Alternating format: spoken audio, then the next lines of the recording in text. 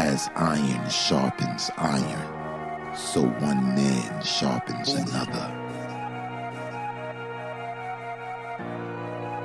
Or the story. I thought the story, I thought it was a good story. I just felt like it was parts of the story that lagged a little bit for me. Your cadence, man, it captivated me. Me, it's just the sincerity in the piece. You know, I could feel that, and the emotion is always going to win me over when I can feel that it's real. So it was one of those pieces that, you know, where you're waking people up. You know what I'm saying? Bringing awareness. It was an awareness poem, and I really dug it, and I really dug the message behind it. Thank y'all very much. I really appreciate it. I appreciate the space. Are you ready to enter the dojo? Here, iron, Sharpeth, iron.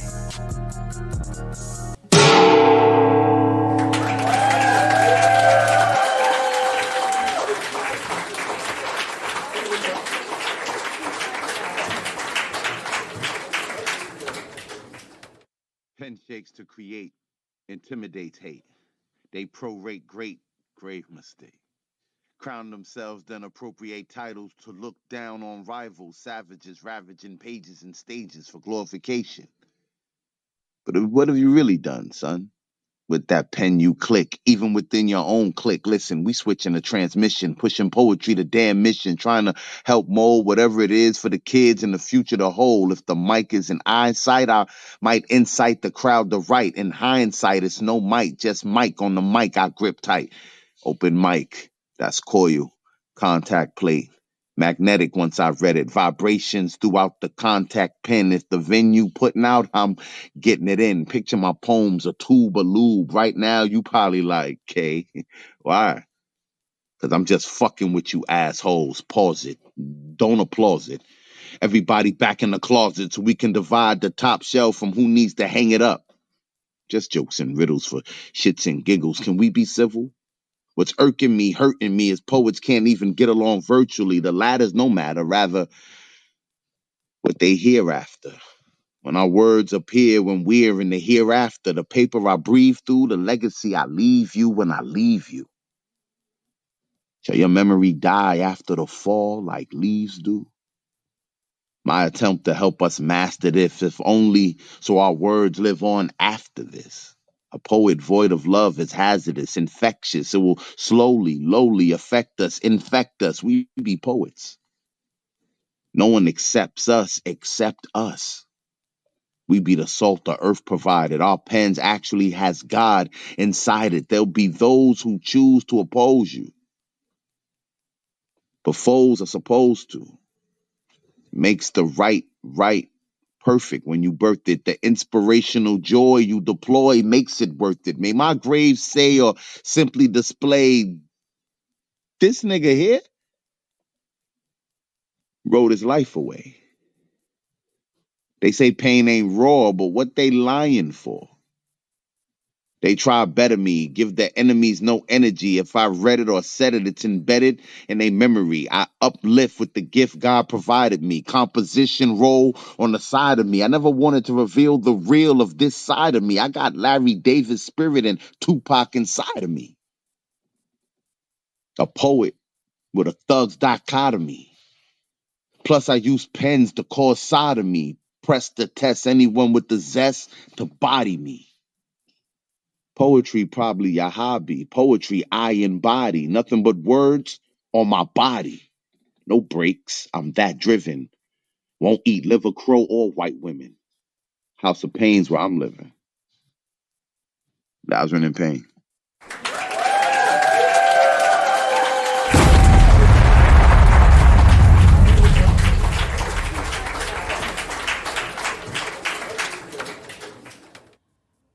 I composed these lines to find the peace within me. By chance that I can reach you. Brief you on the plots and schemes intended for you. You are more valuable than you think.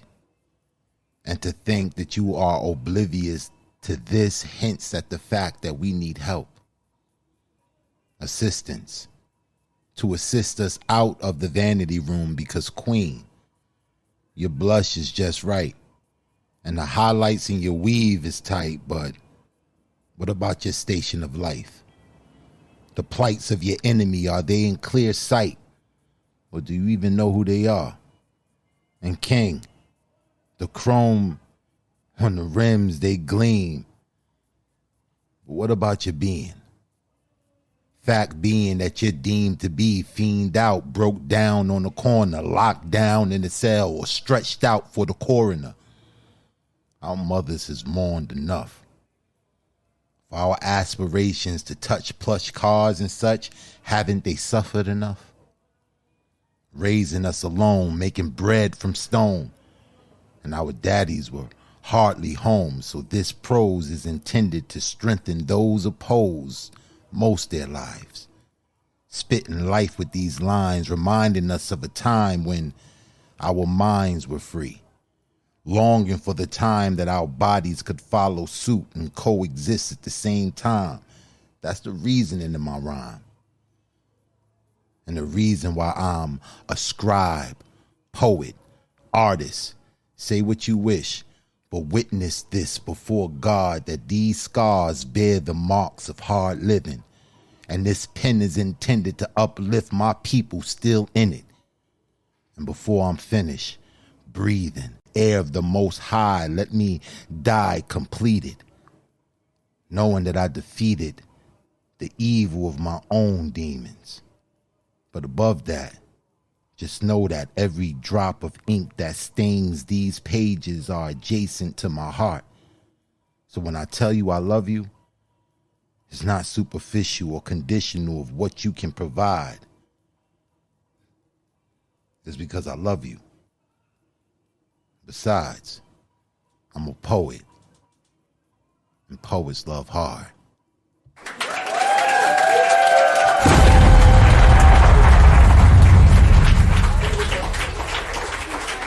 Welcome to another episode of Iron Sharpeth Iron. I'm your host, Poetic Black. My co-host, Written in Pain. Are you in the building, bro? You back? I'm back, man. I'm back like I never left. What it do, Eddie Kane Jr.?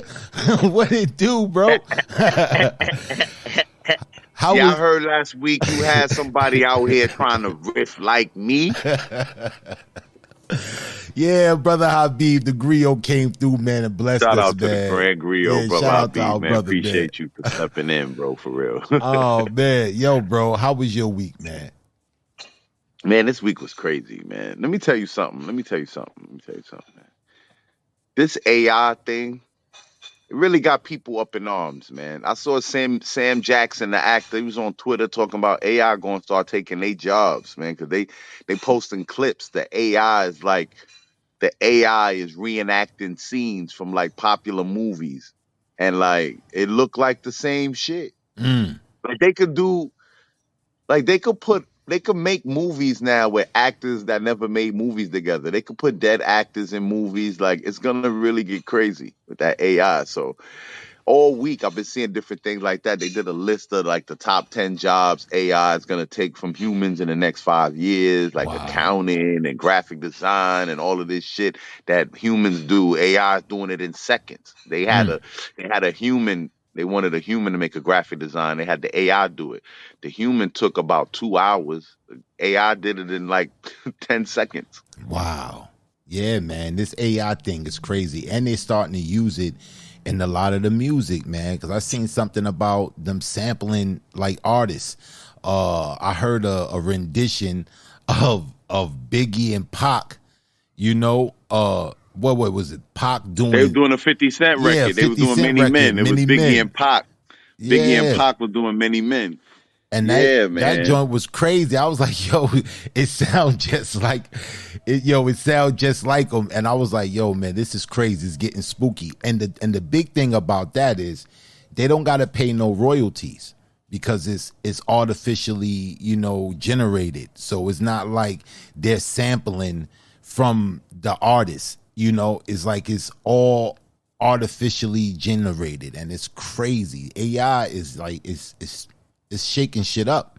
It's shaking things up. Like everywhere I go, man, they streaming. I'm seeing new commercials, new infomercials about AI, can do this, and AI,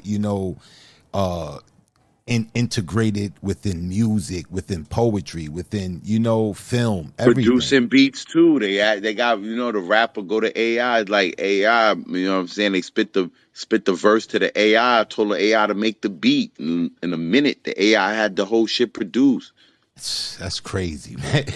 Yeah, it's gonna get spooky out here, man. Creativity is definitely gonna be compromised by this, because when you think about it, you got people out there like, it was that time. Remember that era when the R&B era, when you didn't really have to know how to sing. One thing you had to have was a 6-pack and some cornrows, and you was good money. You know what I'm saying? And like dead ass. Like, you remember Omarion? Like, come on, B. Y'all heard Omarion sing, man. He wasn't no crooner, you know what I'm saying? But he can do the tick thing. he could dance. He had a 6-pack, and the ladies loved him. So, the AI is gonna shake shit up just like that, man.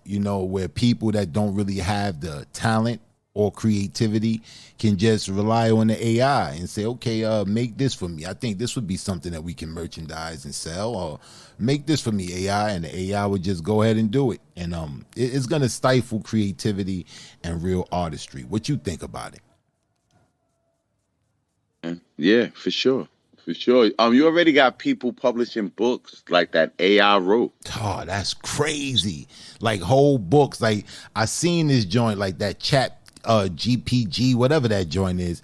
Like, yo, AI, write me a novel about love. And the AI just start typing. Jack found love on a 2-way street, walking down, and he saw Sally. And I was like, wow, intricate details, giving it just little, giving it the framework, and the AI is just pretty much filling everything in. I think it's really going to stifle creativity. Like, do people, when you can just get it done like that, do you really sit down and think, trying to be creative? Like, I don't know, man. It's crazy. But in the event, you know what I'm saying? Y'all know this is Iron Sharpeth Iron. If you guys want to get on the stage, it's simple. Just type iron in the chat and you will be automatically put in the queue. So, we got a couple announcements, don't we got some announcements? Yeah, facts, man. And it's funny you played that Toby, man. If y'all hip hop fans, man, we're going to be reviewing that album tomorrow. Probably around 10 p.m. Eastern Standard Time on How Many Mics. So that's crazy that you played Toby. That was dope. That was deliberate. You know what I'm saying? I know how many mics. You know what I'm saying? We gonna be doing Toby tomorrow, man. Phenomenal artist. Y'all come check us out tomorrow. What time that show gonna start? I think we gotta push 10 p.m. 10 p.m. We're gonna do 10 p.m. All right, 10 p.m. Yeah. Y'all can come and check that show out. Yeah, man. And if y'all didn't know, Iron Sharpeth Iron is now officially a podcast streaming everywhere. So later on in the show, I'm gonna put it up in the description. We'll put the links up there where you guys can go. I'm urging everybody to please go join the YouTube page. The YouTube page is brand new. We got an Iron Sharpeth Iron YouTube page. Go become a subscriber. We got some content, exclusive content that we're going to be releasing over there on that channel. So you definitely want to subscribe to that channel and you be first, to be informed when we drop these new products and productions that we got coming up.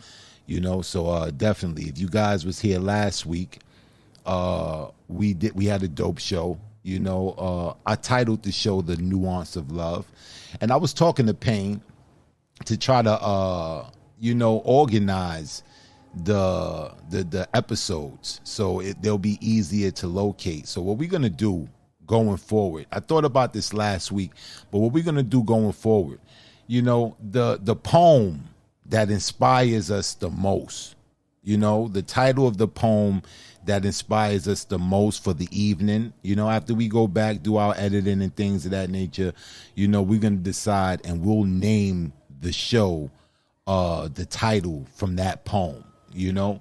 So I thought about it last week. In order for the people to get more engaged with the show, you know, because you guys come through with some dope titles, man. I heard some dope titles last week's show.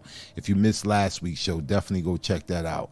But it was some dope titles and some dope poetry. So you know what I'm saying, we want to do that. And next week, next week we have something special going down. Next week, the individual who spits the dopest poem for the evening, the most impactful poem, the poem that just, melts our microphones and, and raise our insurance rates, that poem, we will award the individual at the end of the night, the person who had that most impactful poem, with $25. That's what we said we're gonna do, Paint. You bro. Yeah, 25. No, my bad. Yeah, $25 to the poem that we think was the dopest poem that night. Yeah, so y'all definitely want to tune in next week when we do that. We're gonna do that from time to time, little incentives, because we want the art form to grow. This is the main purpose of Iron Sharpeth Iron. We want the art form to grow. We want all of us to get better, together, and the concept of iron sharpeneth iron is that concept of, two blades, sharpening each other, getting each other prepared for whatever, trials or obstacles to come before us in this genre, to get us prepared to I like to say get us prepared for mainstream, get us prepared to be in that limelight where we really belong, what I'm saying, inspiring people, because I don't think no other, well, you got music that inspires, but the way poetry inspires is just in a different way, and I think it needs to be heard, globally. So that's the whole purpose of this, man, to get our pen sharp so we can, do our thing, man. Go out there and be effective with our wordplay, be effective with our artistry. So yeah, so Payne, we ready to get started? Listen, if you want to play, if you want to get on the mic, put Iron in the chat. But first on the mic, we got my tie. Let's bring my tie up to the stage. Let's go.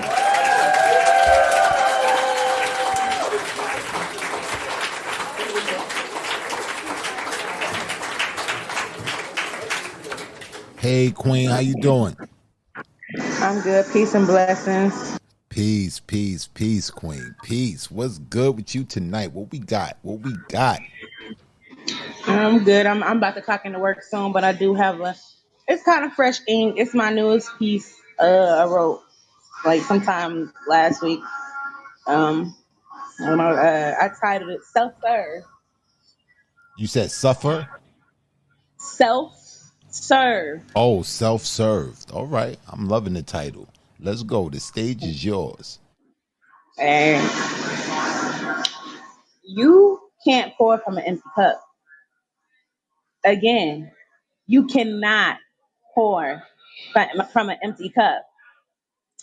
I had to learn to fill myself up. Like, can I get 20 on a pump me?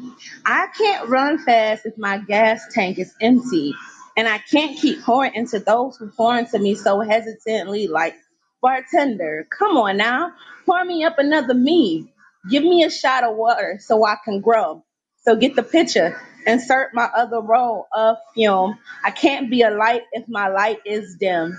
Snapshot. You can't relive my past, so that's why you keep having flashbacks of me doing bad. Back when you could use my empty glass and you wouldn't give it back. So self-love became a daily task, and I'd rather me be happy and you mad than me happy. Excuse me. I'd rather me be happy and you mad than you happy and be sad. So I'm now feeding my soul, eating healthy, being a mediator for my heart and mind. And my cherries are getting ripe this time. I'm letting go the tears my heart cried inside. No more breaks on my skates. It's time to glide. Meditating to find a peace of mind, to feel a peace in mind. Only happy tears to cry. Filtering out negative waves. So self-help, self-love, self-serve. I'd rather be selfish than to do self-harm. Self-sabotage from being selfless. Raising my self-esteem by taking a selfie. Became self-centered because I centered my attention around you. Now I'm the center of my own attention. Not to mention, I found my self-worth. Not going off your estimate of what I deserve. You want me to view my half-empty cup as half full. I was the fool. I played myself, poured more into you. Now I'll spill you to fill me back up. And I don't care about the mess I made because just like you, I'm okay with being selfish. And I simply don't give a fuck. Peace.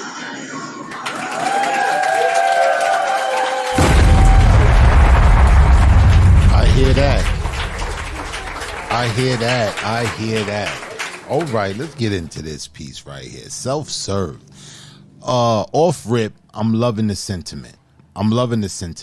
You know, oftentimes, you know, we become delusional into believing that, you know, we can be of benefit, you know, or that we can, you know, give love if we're unable, you know, to allow ourselves to be loved.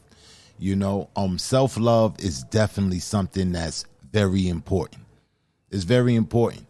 You know, I love the first line, you can't pour from an empty cup. And this statement, you know, it kind of it just kind of encompass the sentiment of, you know, balance. Like, you ever heard that expression, you can't bleed blood from a rock? You can't, you know what I'm saying? It's like, if it's not there, it's not there. And that's what love is. It's about giving and taking, you know, giving and receiving, you know, because if you give, you have nothing left to give. You have nothing left to, you know, you're exhausted. So it's about balance. And true love is something that replenishes you. You know, when you give to love, it replenishes you back. And I got the sentiment of that. I thought it was dope. I thought it was emphatic. You know, it really hit those heartstrings. You know, like, yo, look, I had enough. I'm not just gonna tolerate bullshit no more. I'm not gonna tolerate being treated any type of way. And I really love the sentiment. You know, the delivery was on point. Great job, my Ty. Great point. Great job. Payne, what you thought about it? Man, I thought the sentiment in this piece was dope. I thought the metaphors was dope. The opening of this piece was definitely attention grabbing. You cannot pour from an empty cup. I resonated with that, and I understood.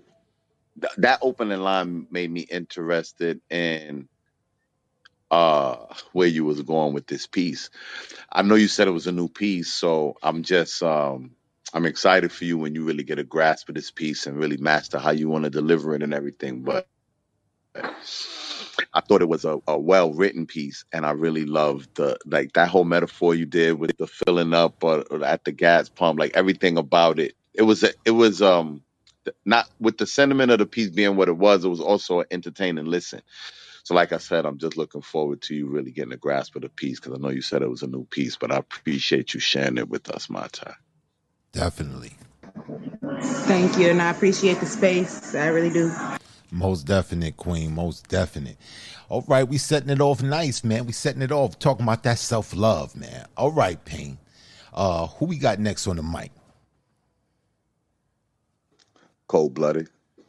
Oh, go and bring Miss Cold-blooded on up to the stage, my brother. Let's give a warm welcome for Elizabeth Carpenter.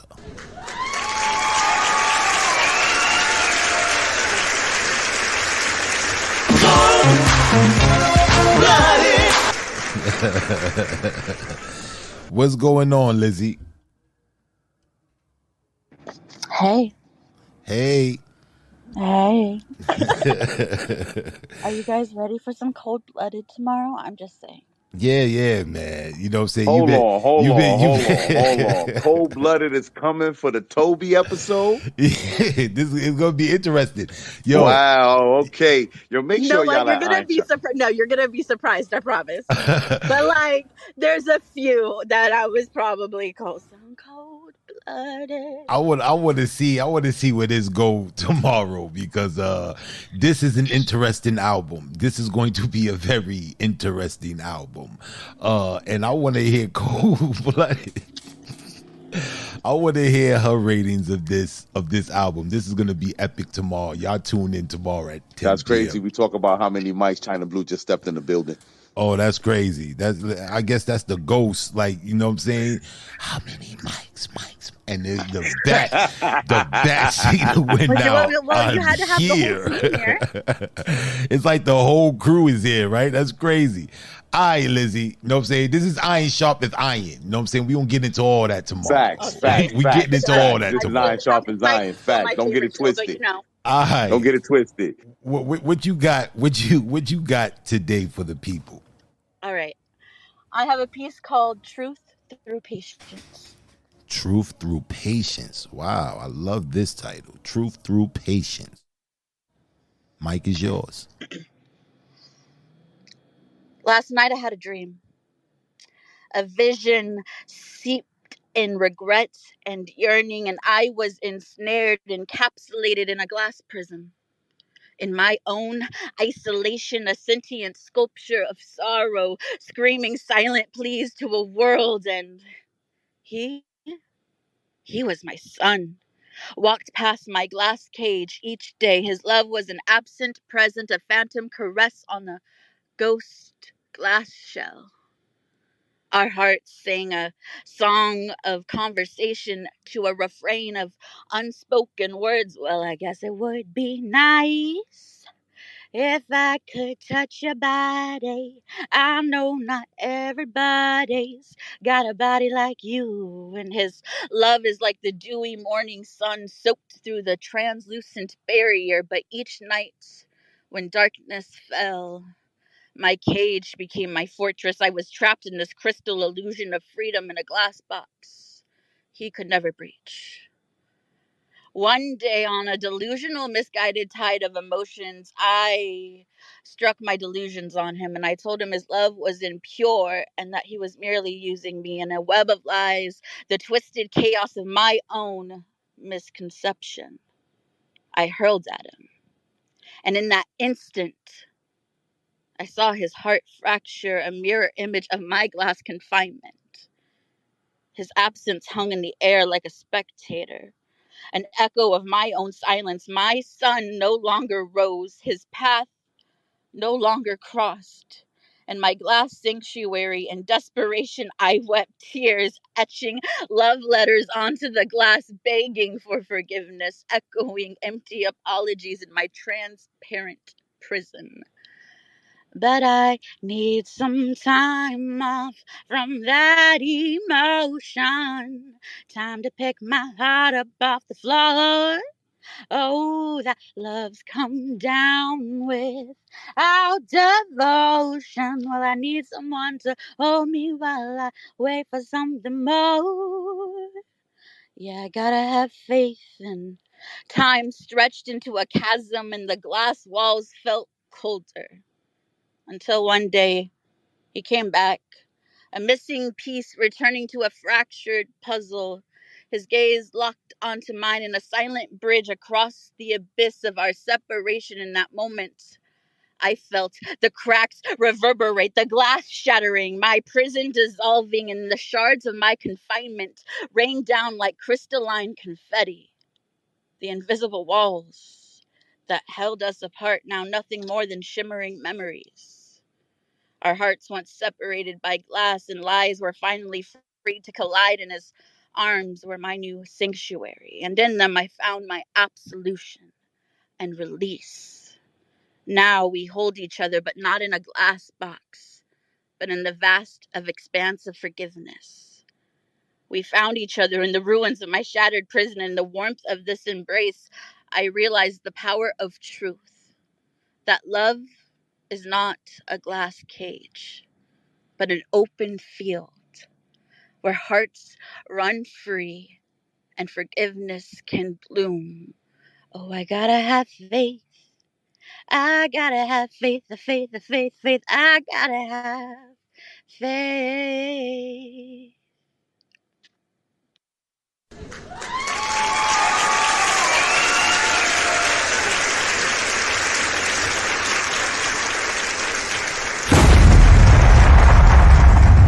All right. We're going to have to talk about this one. Truth through patience. First and foremost, what I got from this poem, this was like, for me, it was like the ultimate apology. Like, you know, our experiences, it kind of shapes us.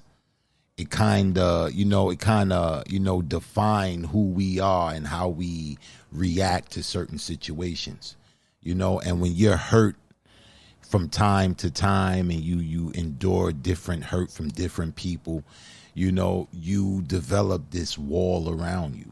You develop this cage. You kind of want to really shelter your heart and your feelings and your emotions. And in doing that, sometimes, you could run someone off, or, like really like chase someone away from you that can perhaps help you, or perhaps, complete you, or whatever it may be. It may be the missing link to what you need. And what I really got from this poem is like, sometimes we guard ourselves to the point of detriment. Like a closed fist, can't receive anything. Oftentimes people like, I'm gonna guard this, I'm gonna guard what I have, I'm gonna guard what I have. But when you have your fist tight, nothing can come into your hand. You have to open up in order to receive. And I really heard the sentiment of that shine through this poem. It was very heartfelt in a way that, a person recognizing mistakes. Because sometimes you can be wrong and strong. You know what I'm saying? You can be wrong and strong. Like, yo, man, this is what it is. And But then, when it's sincere, a person reflects their behavior, their attitudes, or whatever the case may be. And they kind of, say, all right, maybe I was wrong. And the most courageous thing a person can do is admit when they're wrong. And I got that from this piece. It was just so many different sentiments, that I got from here. Like at the end, the wall being broken down, it was like a revelation, or like an epiphany. Like, yo, like, nah, I can't. I'm saying? Nothing meaningful can come to me if I'm guarded to the point where everything is just sheltered off. And it was like a revelation. It was like, yo, love exists, love is possible. I got all those sentiments from this poem, and I thought it was really heartfelt. I love the metaphors in it. I'll give Pain, let Pain talk about that. But it was a great poem. It was a great poem, and I really resonated with this sentiment, man. Great job, Elizabeth. Pain, what you thought about it? First thing is first. The delivery with this piece was spot on. I felt like the emotional conveyance that you was trying to portray were going along what you was talking about. I thought that was spot on with how you delivered the piece. I very much felt the claustrophobic feeling of being in that glass cage. Those was concrete images for me. Um, and everything Black said, it was just like the ultimate kind of like, that was just transparency at its finest. And to make us be able to feel that um, in the piece, that was just great. That was a great delivery, and just, it was just a certain level of mastery for to make for you to make us feel that level of emotional intensity through your content, Elizabeth. So yeah, great job, man. We appreciate you coming through with that piece.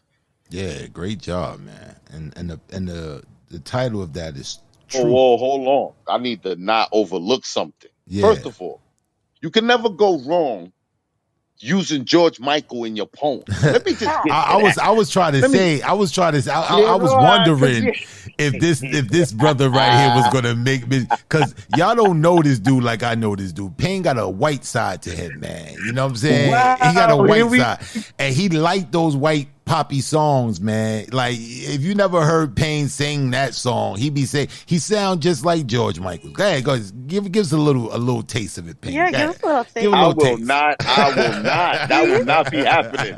That will not be happening tonight. However, you can't go wrong. I can't believe you did that. You cannot go wrong putting a George Michael song, making a poem out of a George Michael song with me. That's always going to be good money with me. So yeah, Elizabeth, man, great job with that. Great job. Yeah, he did. Faith. I'm feeling you. I was feeling you. He was I see him tapping his feet through the app, man. I know he was going in. Jumped up, start playing air guitar and all that. You foul right now. You I foul. still think you should sing it. I'm just saying. Yeah, great job, Lizzie. Great Yeah, there's job. no way that's happening. I promise you. All right, man. All right. Let's get back to business. All right, who we have next on the mic, Payne? I believe, if I remember right, you need to get that mic insurance ready. Oh, only one person. Only Yeah. one person. Yeah. You know, you tell me to make sure, because look, you know, we paid our insurance last week. You know what I'm saying? And last week, oh man, bro, what she did last week, man, it just shook the whole room. It affected everybody. Listen, coming to the stage, let's give a warm welcome for the incomparable Kimbrella.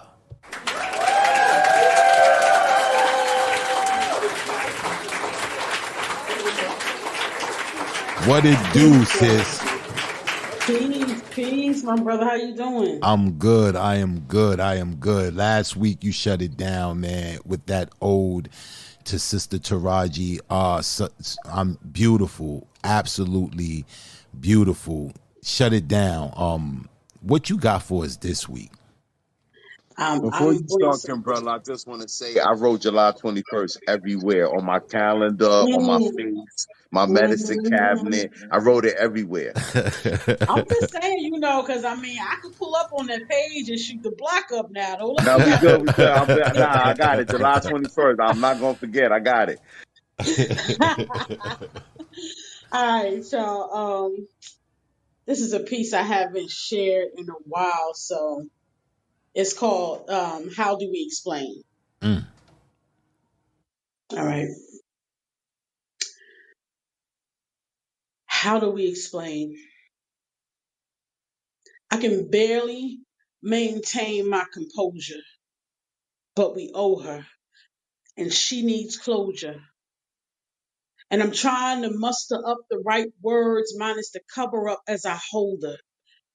In preparation, the light is heavy upon her bright light, praying it won't be dimmed or evoke shame. So now who's to blame?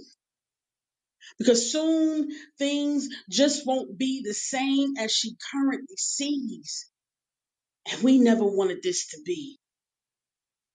Separate roots, separate homes, all due to faults of his and my own. She looks into our eyes to identify the whys.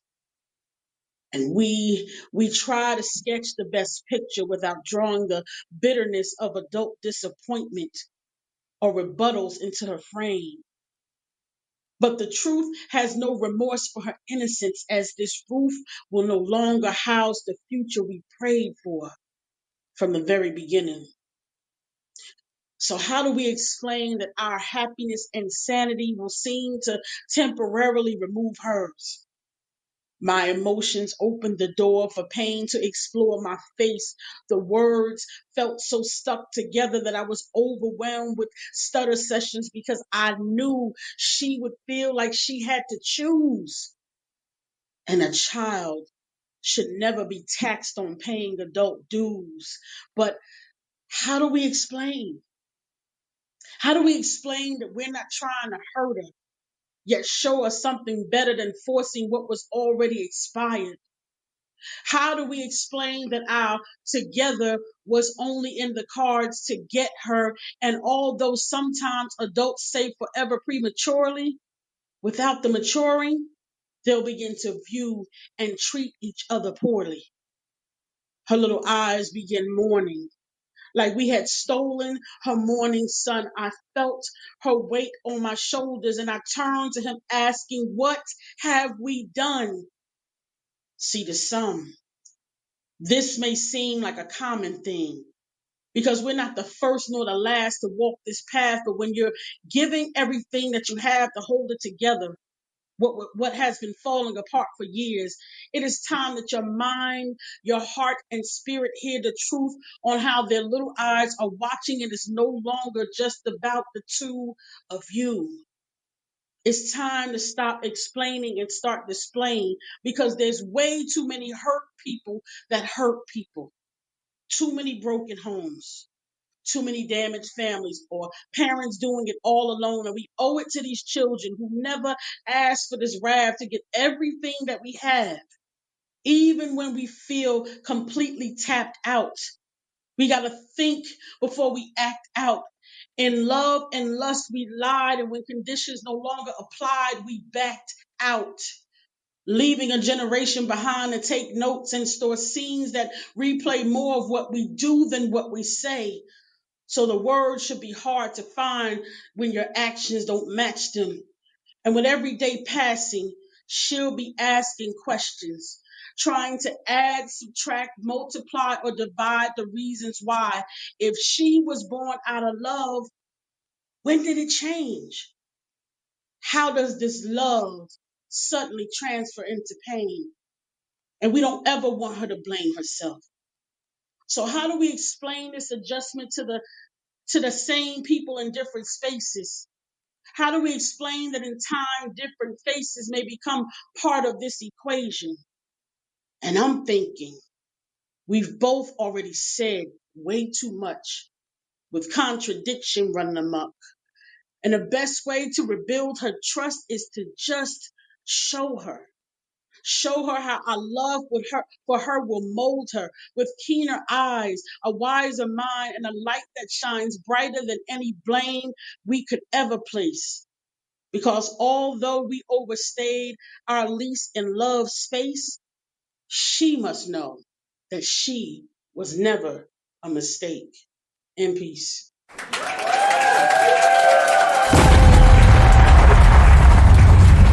Oh my God. Oh my God. Oh my God. Listen, first and foremost, Payne, I'm nominating this as the title of the show. This is one of the nominations for tonight so far. Yeah, let's get into this. How do we explain? First and foremost, since I'm the sentiment guy, the sentiment of this poem, oh my God, is necessary. It's necessary. You know, sometimes shit just don't work out. Sometimes it just don't work out. It just don't work out for whatever reason. For whatever reasons. But at no point in time should the child suffer for the mistakes of the adults. That's right.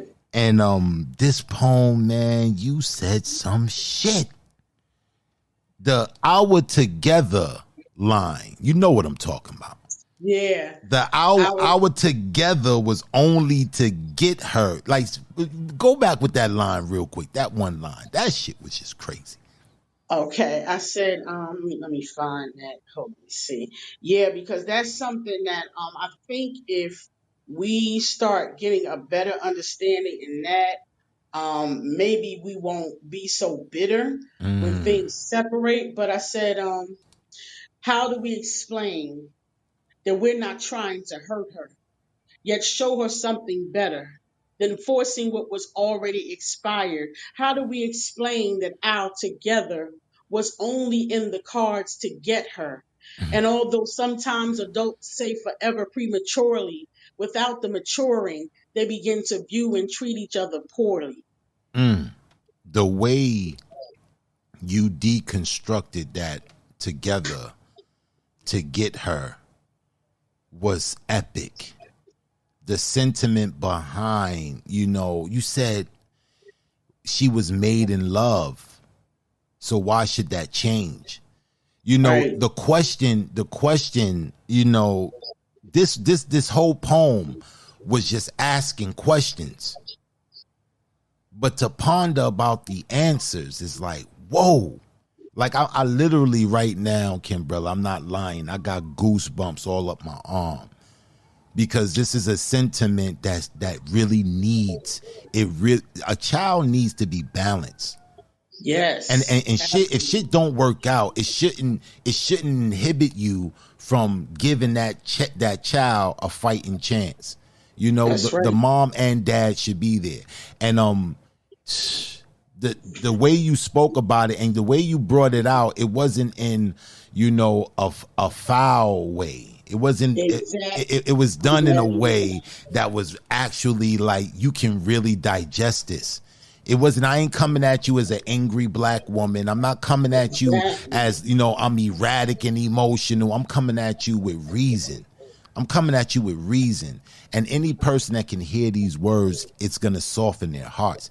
I thought you did a magnificent job, as always. But this really touched me right here. This poem really, really touched me. And I thought you did a phenomenal job. Great job, Kimbrella. Payne, what you Thank thought? you. Man, I love this poem, and I second that nomination for this title being the title of the show. But Kimberly, I'm a fan of yours, so it's like I've tried. I run out of things to say about you in terms of me. I just love how you approach the art. But this poem, like Black said, was definitely one of them. It's we do this because we have something to say that needs to be heard, and this is one of those examples of why we do poetry. Like this is the reason, and I love this piece. You said, oh, what was the line?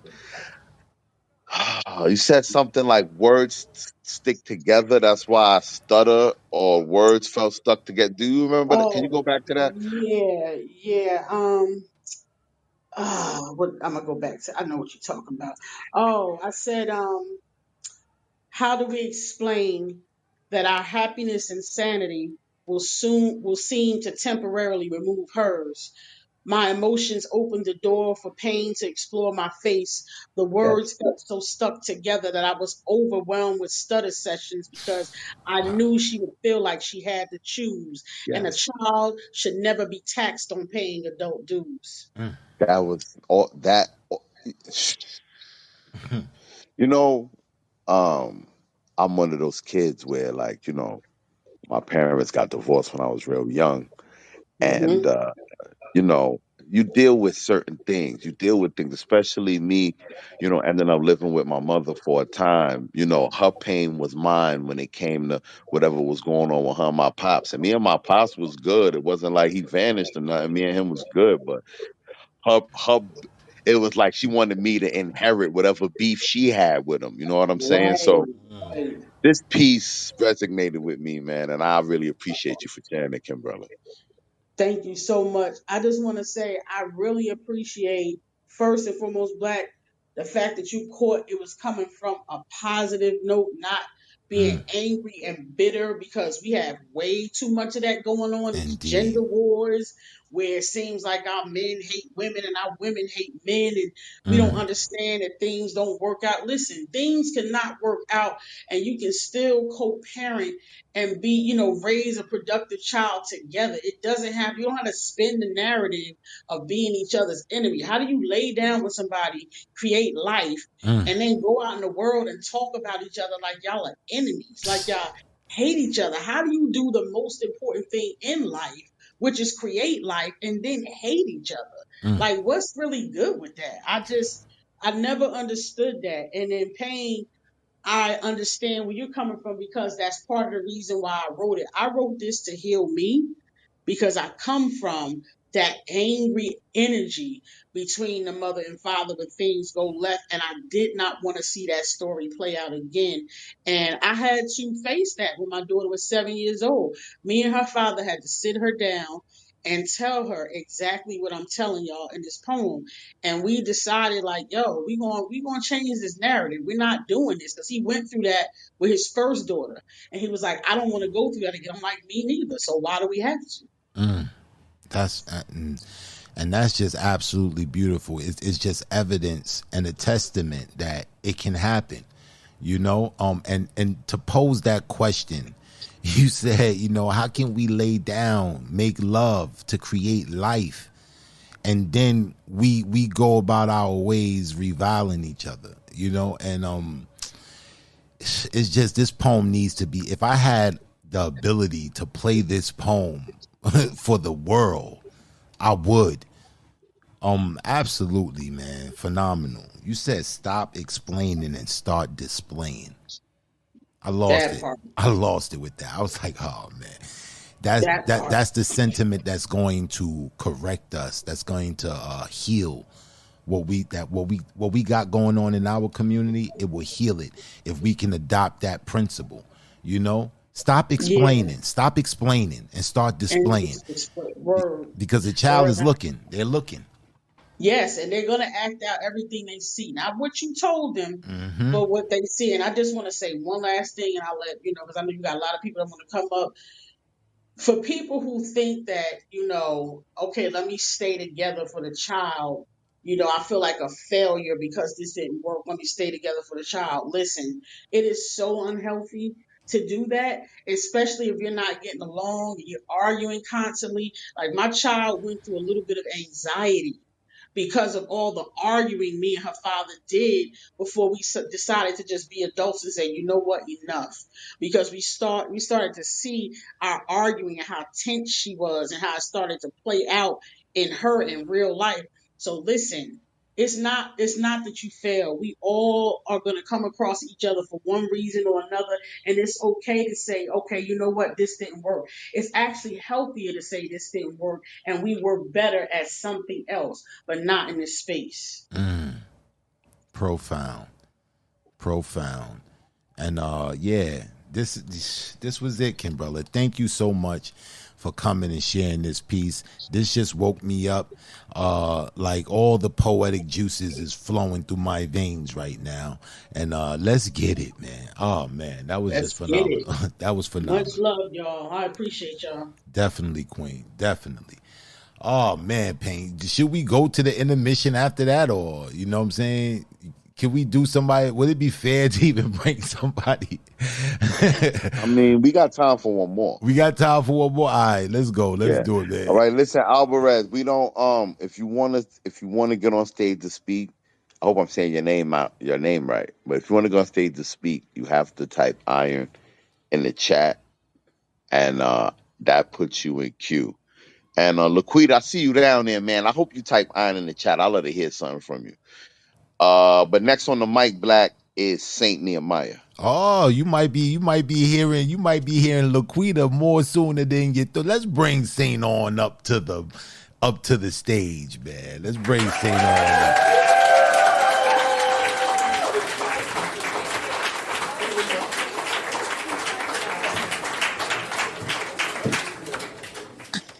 Hey. Yeah, pull Laquita up. How y'all doing now? All right, yeah. You I hear see. me? I knew it was going down. Let's bring Laquita on up to the stage. Let's do this. Let's do this. This was 2 weeks in the making. I was anticipating this. No, I think this was 3 weeks in the making. What's going on, Laquita? What's going on, Saint Nehemiah? I'm chilling, man. Yeah, chilling. Oh man, the brother Saint told us about this collab that was going on between you two. And then he came and he gave us a little taste of it. Just a little teaser. And I've been anticipating this for weeks now. Let me set this stage up for you guys. Coming to the stage, just give a warm, warm welcome for Saint Nehemiah and Laquita Middleton.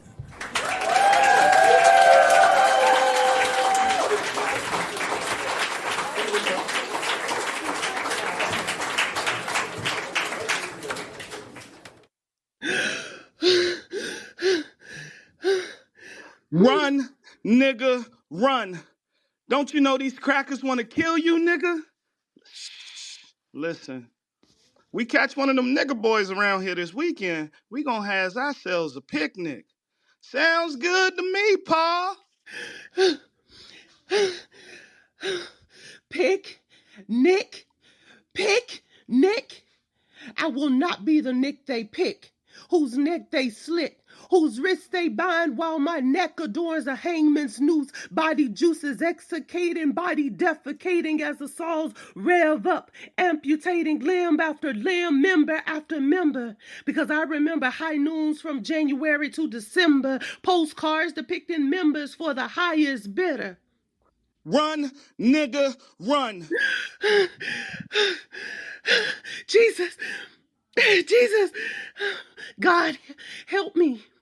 Guide me to safer pastures. Let my last step outpace my next step. Put a hedge of protection around me to protect me from the nooses my uncles hung from whence my forefathers hung, to protect me from that dirt road James Bird was drug on, to protect me from these honkies singing down South Coon songs.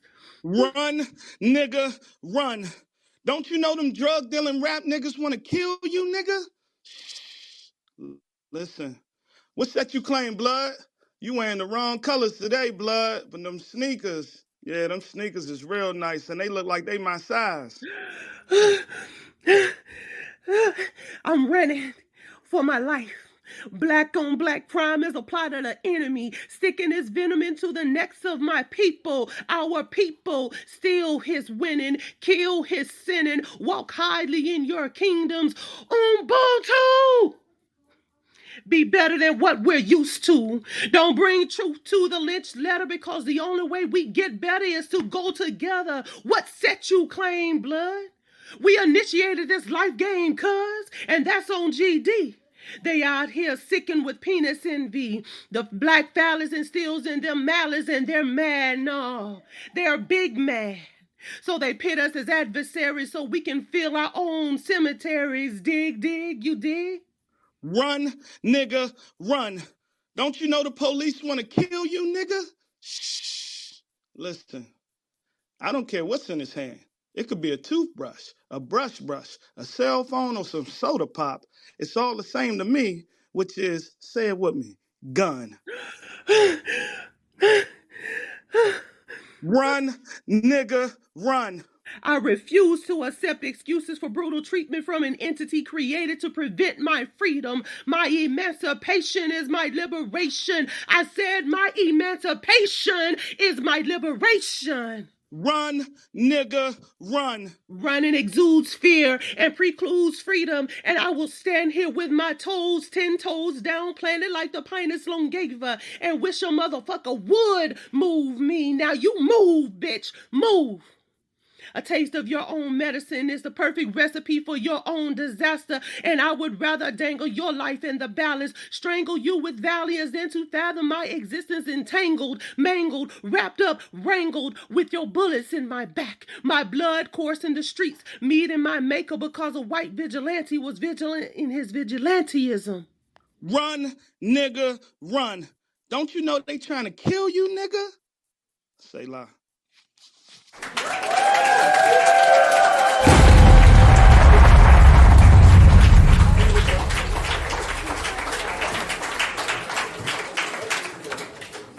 She said vigilant in his vigilantism. Yo, yo. First of all, this is how you collab. I'm not a fan. I say this to people all the time when it comes to collaborations. I'm not a fan of a my go you go collab. It's cool, but it's really just putting two poems together. But this concept, the back and forth between you two, the visual aspect of this poem, yo, man, the wordplay. Saint Nehemiah, oh man, you said a toothbrush, a brush. Yo, I enjoyed listening to this piece. Everything about this piece was fire, and this is definitely, if anybody's taking notes, this is how you collab. This is how you fucking collab. I really enjoyed this piece. And Laquita, I miss hearing your poetry, man. I don't know what's up, but I miss hearing you. I just want to put that out there. P Black, man. Go ahead, man. Oh my goodness, man. Oh my goodness. Yo, yo, it measured up to what I thought it was going to be, but even more epic. First, the refrain, that refrain of run, nigga, run. Oh my goodness, man. It's like the calls to action. I thought it was just delivered so well, man. It just meshed. The interactiveness of this poem between the two of you was epic. I agree with Payne. That I go, you go type of collab, it's old, it's really dated. But what you guys just did, you really like merged together. Right on point. The breathing, Laquita, the breathing, when the track, I said when y'all performance just started, man, the breathing. It felt like a track. It felt like it felt like a track, man, and it was dope. Oh my goodness, man. Yo, just the I feel like Run Nigga Run is the title right now. Yeah, I'm Run Nigga Run. Yo, I it's getting nominated as well. It's definitely getting nominated. This was epic. Yo, both of you guys, you showed up. And a lot of times in collabs, or sometimes in collabs, one party will outshine the other. You're looking forward to one part than the other. In this, I was tuned into the both of you equally. You both complimented each other. When your verse, when Nehemiah is saying a refrain and you're coming back, with the stanza, it just worked. It meshed so well. I thought you guys did a great job. This is epic, and to see you guys perform this would be a treat. And this needs to be a track. It definitely, because the sentiment alone is very necessary. We talk about what the police is doing to us in the streets all the time, how they over police our communities, how they come and harass the people in the community. They don't come trying to build relations with the community. They come to try to, reign over the community. And this is what we face with. You know what I'm saying? You see the interaction with police officers in other neighborhoods, more rich neighborhoods. They're very polite, very courteous, but when they come to our neighborhoods, they want to put down the iron fist. No type of relation with the community. And you guys pointed out all of that. This was an epic piece. This definitely needs to be a track. Congratulations to both of you guys. This was epic, and this is how you collab. Great job. Thank you. I just want to thank Laquita for joining me on that joint and adding what she added to it, because it was amazing. She's one of my favorite female poets, so it was a great thing for myself personally. And thank everybody for the comments in the back chat, man. That means a lot. So thank you, as well as y'all commentary on that. Thank you. Definitely. Oh man.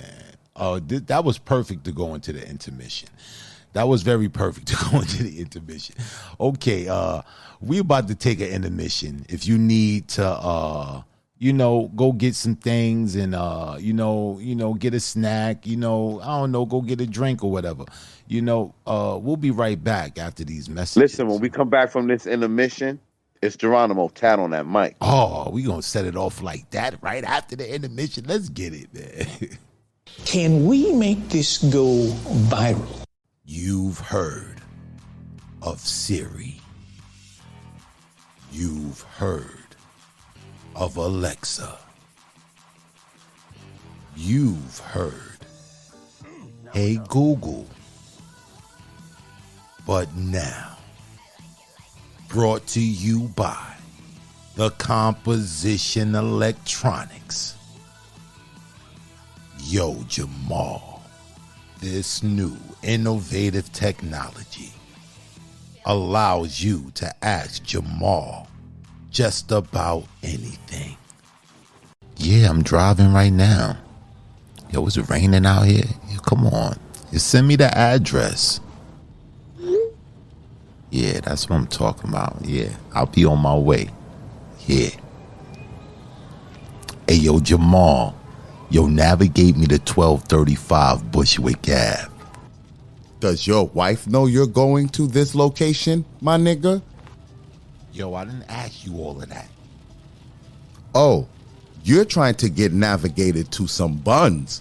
This innovative technology allows Yo Jamal to reply unconventionally with unpredicted replies, simulating real-time human responses. Hey, Jamal, do me a favor and tell me Elvis Presley's top 5 songs.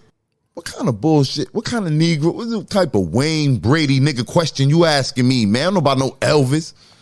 I'm about to grow a hand out this box and slap the shit out you asking me some dumb shit like that. I'm no fucking Elvis. This AI technology is head and shoulders above the rest. It's like having a personal assistant that you only have to pay for one time. Oh, you downstairs? I'm about to buzz you in right now. Hey, Jamal, play How Does It Feel by D'Angelo. Oh, I see you, my nigga. You about to clap some cheeks. I got you, my nigga. This new interactive technology allows you to ask Yo Jamal virtually anything. Yo Jamal, I intend to prepare a duck confit. Would you please pull up a recipe for foie gras? Duck confit. Folk. My nigga, fuck you talking about, man. Better go, it's Friday, man. I feel like doing all that cooking. Maybe better go in there and make you some cheeseburgers or something, man. Leave me the fuck alone. Jamal, new technology. Brought to you only by the Composition Electronics. Get yours today.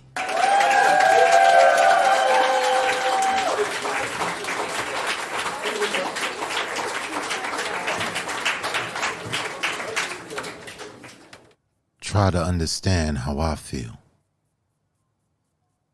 The going back and forth has gotten to be a little redundant.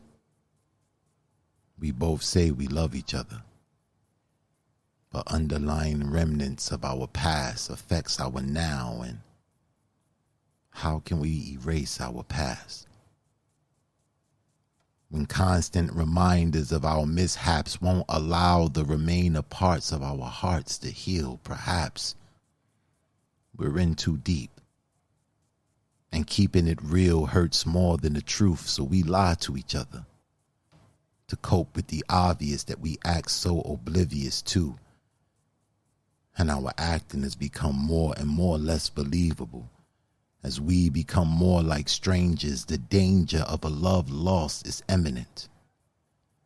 And the very oath of our promise is shattered like shards of glass on the pavement. What happened to us? I remember when we reflected the best of each other, the very image we both aspired to project, but I guess our resolve to each other has diminished. I mean, there was a time we used to finish each other's sentences. A time when I can just look at you and knew what you were thinking, but now I'm second guessing what you're feeling. And dealing with this tension is the very proof that I love you. Because love ain't never been measured by the amount of teeth shown from smiles and grins, but by the amount of sins and transgressions forgiven when the relationship is in the trenches. Second chances is a norm for us, and trust is an issue, but I wonder, If I kissed you now, would that make the difference? Would that be a prelude to a new beginning, or is that just wishful thinking? Perhaps so. But if that's so, then why are we here? Why do we pretend to care that if any one of us split, that wouldn't hit the very core of us? I mean, we both know we're bluffing. We're like big dogs with no fight, fist balled up but no fight, pretending like charades, and living in the shade of what we used to have is the hardest thing to face, and we're nose to nose with that fate. And no one knows when that day will come, that life will go. So why can't we just exist together? Just forgive and forget the past. Just deal with the fact that life distracts us at times. And it's not personal. And we're just human. And commitment doesn't mean that my eyes won't wander on occasions. But it does mean that I would never occasionally wander away from home. And believe me, I'm committed to us. But what is us without the selfless gift of mercy? And what greater gesture of mercy than forgiveness? And part of forgiving is forgetting, so forgive me. And forget the way I used to be. And see me for who I am. A man who has made some mistakes. But I wonder, if I kissed you now, would that make everything okay?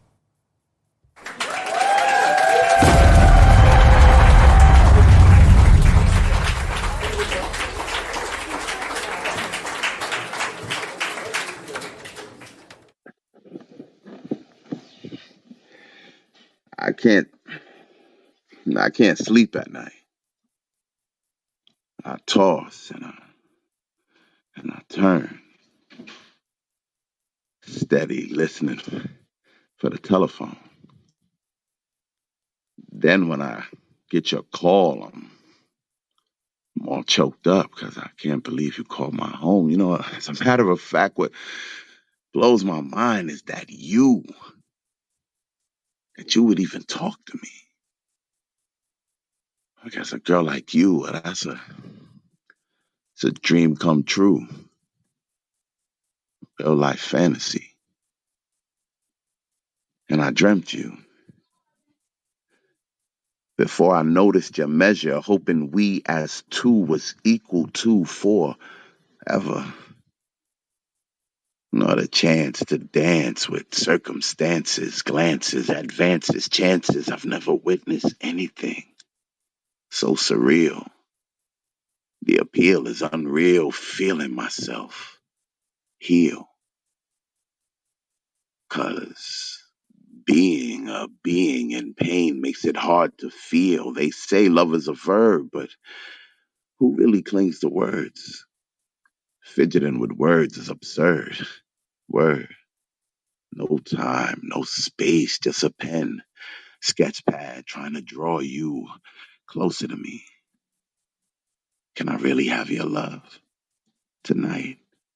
Like this be the heights, as if I could combine every earthly particle of light, only to find it's still not as bright. Heartbeats make me freestyle love prose into my flows, and it shows. You can feel it when it's exposed. Can we be enclosed, but not enclosed, a perfect pose? And who said it's no love for retired hoes? Me, you, bottle of straight liquor tastes like tequila when I kiss her, sangria. When I lick her, she squirt Hennessy, the elixir, and I don't mix her. You are not damaged goods. I told her bruised peaches are sweeter. It's to the pit when I eat her. It's the pits. When I leave her, I need her. You, it, us now. How do you put love on layaway? Then just stay away. Hey. But you know what they say. If you love something and let it fly away, if the love is true, it'll return someday. I just really wish that some way we could make today, someday, And by the way, no matter what your friends try to tell you, we were meant to fall in love. And we'll always be together through any kind of weather. It's like that. It's like that. That was in the pain.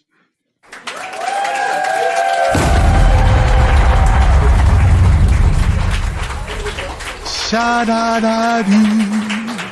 Ain't got no money. I don't need no Jack. manager out here trying to replace me. Man, you Uh, ain't the one out here singing and dancing every night. All you do is get paid. oh man, my brother done brought out the vocals, man. He done shoot doop, shoot doop. Nights like this, I wish raindrops would fall. Dope piece, bro, man. We rarely get to see your sentimental side, man. Dope piece, man. Dope piece, bro. Dope, Appreciate you, bro. dope piece. All right, man. You already know what it is, man. We Let's get the back. grill. Let's bring up. Let's bring up to the stage, man. He don't get no regular introduction, man. Let's No, bring he's up the to the grill. stage. He's the grill. He's the grill. The griots in the building. It said Geronimo's the griot, man. Let's go. Coming to the stage. Let's give a warm welcome to Geronimo Tad.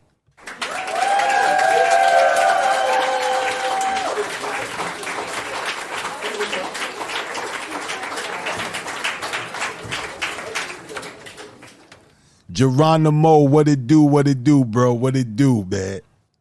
P Black, what's good? Pain, what's poppin'? What's going on, brother? Everything and nothing. How y'all feeling? Man, we feeling good, Man, we man. good, man. I'm Feeling glad great. you was able to come through, man. Appreciate you. Yeah, Definitely. y'all just came with some fires just now. In Kimbrella, y'all definitely need that insurance. I'm telling you, everywhere you go, you gotta double it. That's a fact. Yeah, that's why we got the That's a top fact. rated progressive. We got the progressive, know what I'm saying? Top rated insurance. We're fully covered, premium services. So yeah, we do that for you people, man, because we got the likes of you guys coming to this stage and just destroying microphones and equipment and things of that nature.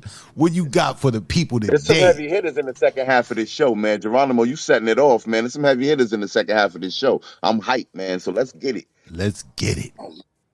All right, let's go. All right. This piece is called Dear Black Men. Some black women hate us. There's gay men that hate us. There's white men that hate us. Lesbians hate us and want us to hate them. White women hate us, but some of them want some of us, and some of us hate some of us and kill each other when the summer come, like we try to run the numbers up. There's Latinos that think we lazy. Arabics love black women, but think black men are crazy. Immigrants got civil rights after all our marching after slavery. And it's Italians that hate black men. Indians and Pakistanis don't want us working with them or part of their family. Africans think we spoiled or disloyal, while Asians flick us off in their Honda Accords and Camrys. I watch and I listen to the attack on black masculinity and the slanderous campaign while our fathers are gone and our sons don't have our last name. Typing fighting white men on the internet that claim we don't take care of our kids, then get on the phone with your BM and start fighting for your kids. You ain't got to look around. You know this is happening where you live. Koreans say hurry up and buy when they greet us. If you're in the hood, then it's probably an Arab or Indian that feeds us. Abortion clinics got trash bags full of fetuses. Black women yelling they don't need us, all the while Big Mama is praying to white Jesus.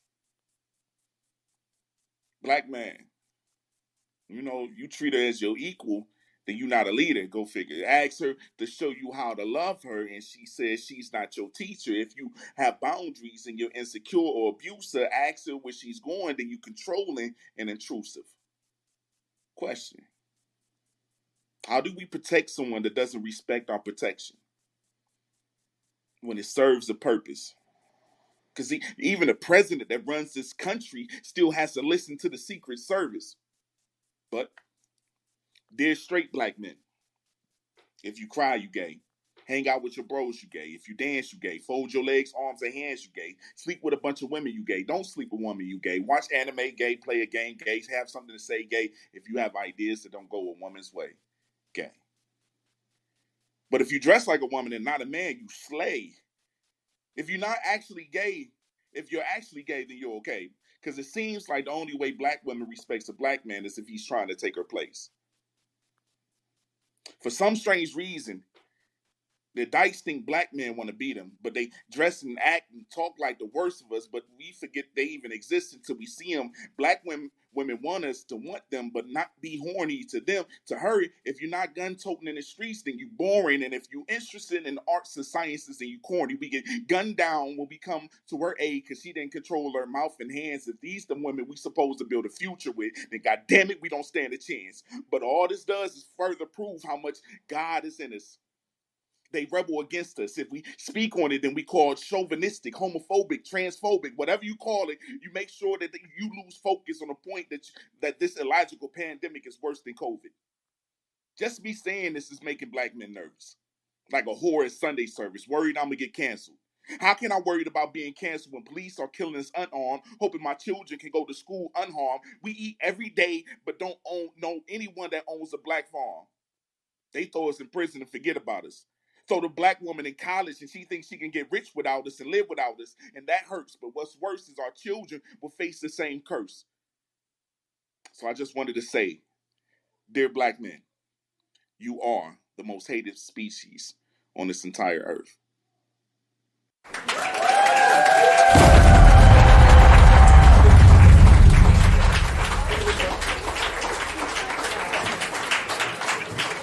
Man, the way you opened that piece was crazy, man. That whole part right there about, when you was talking about who don't like us and who don't fuck with us. I was like, this dude right here, man.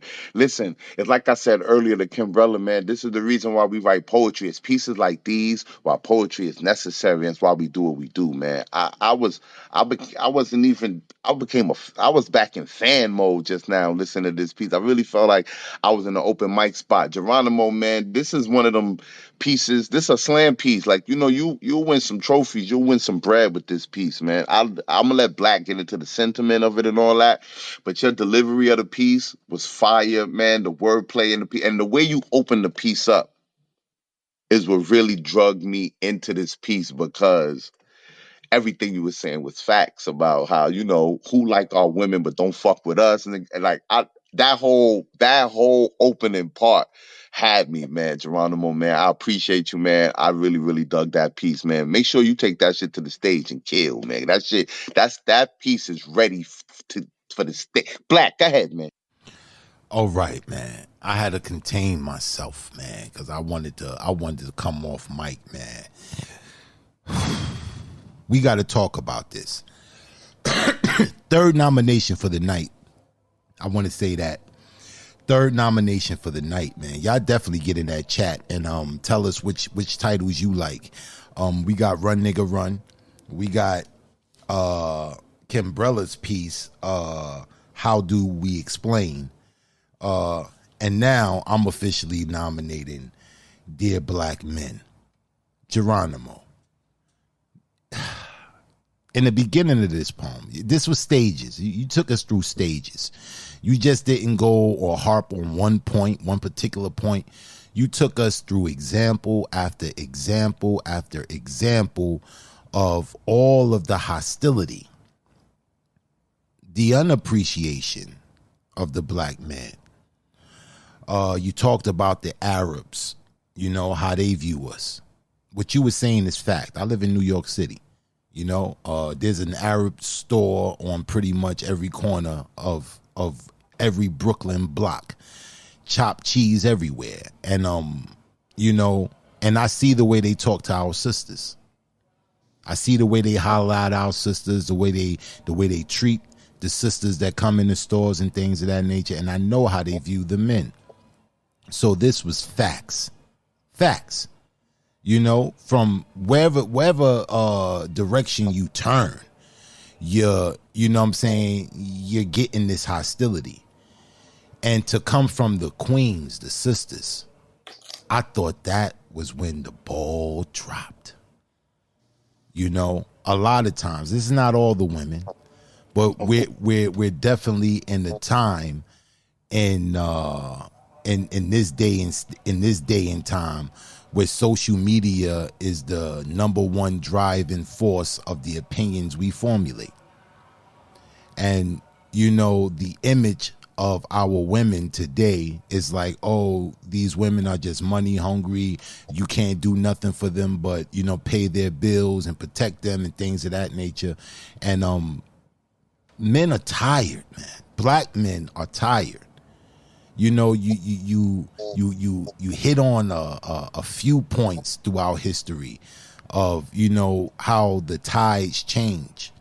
You know, I oftentimes say that when we were in that state of repression, and it was the black man which was the breadwinner going home, because at one point in time, contrary to popular beliefs, we were the most married in this country, the most married, and we getting married through slavery. Exactly. Even at the threat of death, we was getting married. Indeed, and throughout history, you know, it was a certain time, you know what I'm saying? They say that when black people got free in the 60s, they got high in the 70s. You know what I'm saying? At that point in time, after all these civil rights, these marches, and all this alleged progress, you know, it was an open attack, a deliberate attack to separate the black man from the black woman. And when you separate the man from the woman, you know what I'm saying, she's isolated, she's unprotected, she's vulnerable. You hint at that in this piece. This piece was just epic, man. It was epic. It was in your face. It was blatant, and it needed to be said. You know, we have to show appreciation to the brothers. You know, every brother is not a deadbeat. In fact, contrary to popular beliefs, that black fathers are the most present. The most present. You wouldn't get this notion if you look at social media or the cinema. You wouldn't get this, but they're the most present when they're in the home.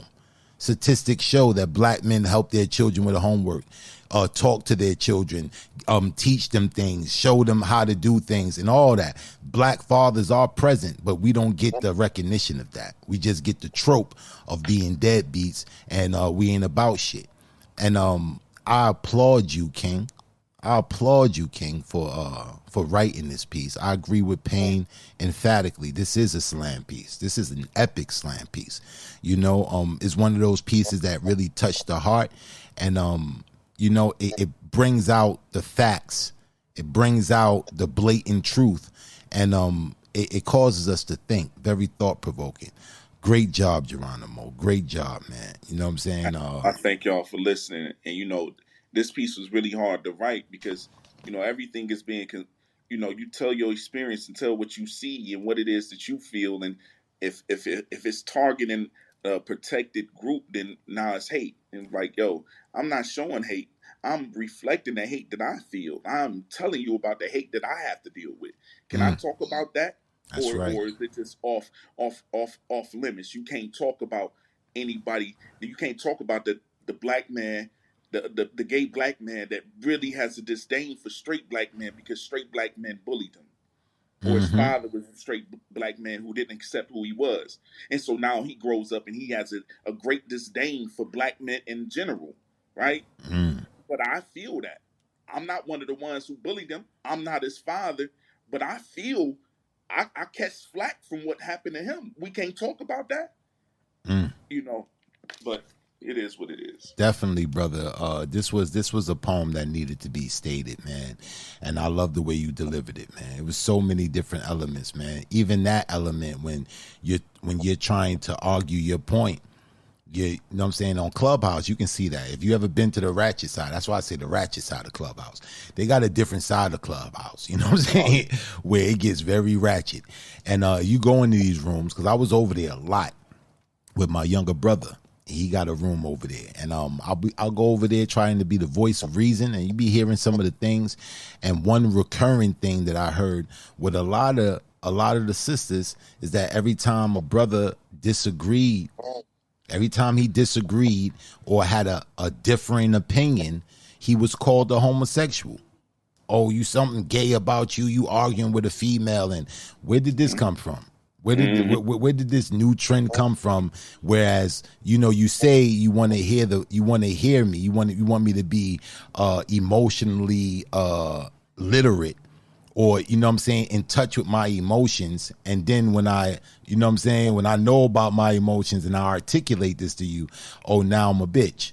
Yeah, Now I'm acting yeah. like a bitch. You know what I'm saying? And And then if everything that we do, if we not being straight up, if crossing your legs and crossing your hands and because you enjoy your song, you gay, and then they talk about, oh, toxic masculinity. Well, shit, you made it be where you can only do three things unless or you gay. You can only exactly. do three things. You got a list of three things you can do, and you cool. You do anything, you stray out out of that list. Man, I should make a composite list of all the things I done heard that if a black man does it, he's gay. It's crazy. You know what I'm saying? And it's definitely an open attack. These are the devices and tools they use to try to separate the black man from the black woman, create this sense of tension between us that we can't get along, and it's bullshit. It's bullshit. We got to see through it, man. And it's poems like that brings, it brings the elephant and take the covers off of it. Like, yo, look, this is attention to this big ass elephant in our room, and let's do something about this shit. And damn, man, it's layers to that poem. B, it's layers to that poem. Dope piece. Wow, man, I'm definitely nominating it. Dear Black Men is definitely of the nominations for the title of this week's room. Run.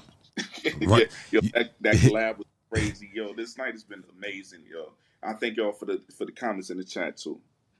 Definitely, man. Thank you, Geronimo, for coming through, sharing that with us. Oh, we set this second half off right. Let's get it, bro. Who we got next on the mic, All Pam? right, two things. If you trying to get on the mic, make sure you type iron in the chat. And remember, we shutting the mic down at 11:30. No exceptions, no excuses, unless, I got a secret closer or something. But you never know. You never know. Yeah, man. Definitely type iron in the chat before 11:30. Any irons in the chat after that, won't be recognized. So Nah, don't try to get Hollywood. 11:30, that's it. Don't try to get 11:30. Hollywood. 11:30. 11:30. I know Let's some get of it. y'all showboating. I know some of y'all trying to, save it for the end. I know how it go. I used to be that guy. Next on the mic. Next on the mic is Mr. Whispers. Oh, man. Let's bring our brother up to the stage, man. What's going on, Mr. Whispers?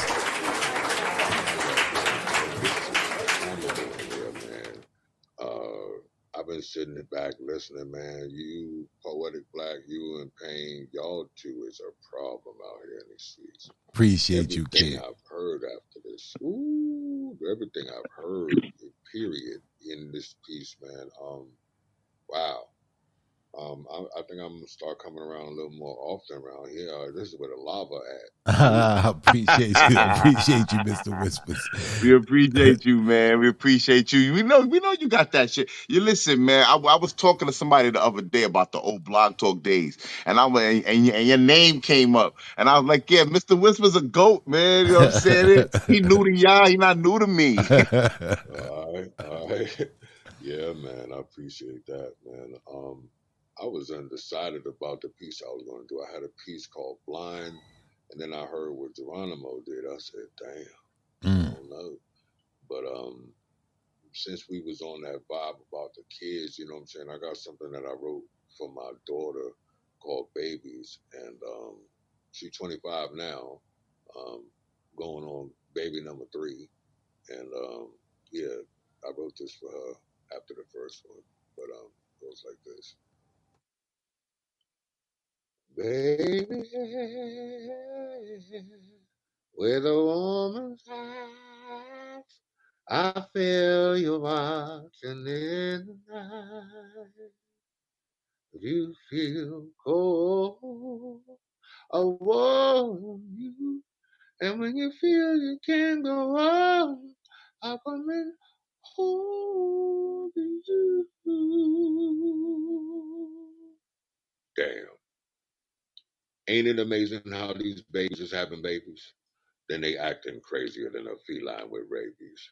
And they wonder why all them young niggas get ghosts like Patrick Swayze. They got too many issues, and it ain't enough tissues to dry eyes, but the young ones, they wild out and they cry on the inside. Baby pride is a motherfucker.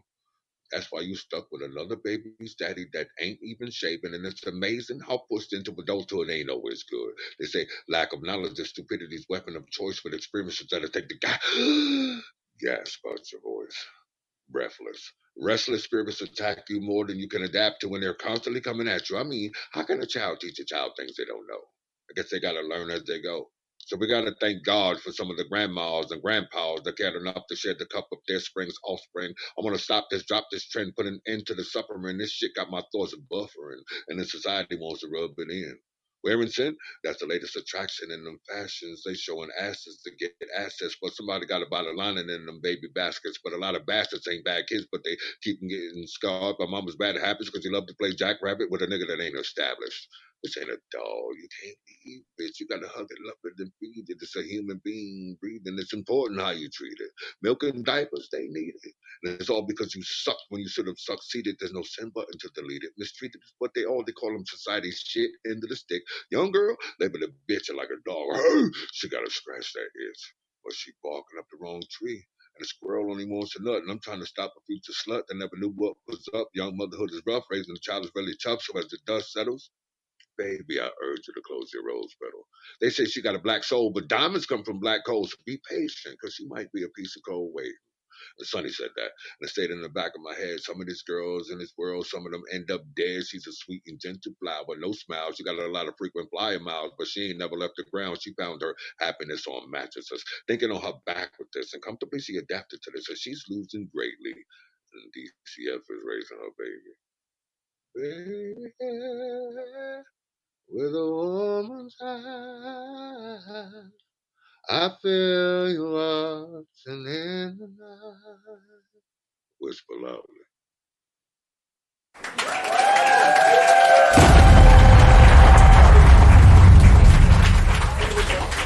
So you know what, man?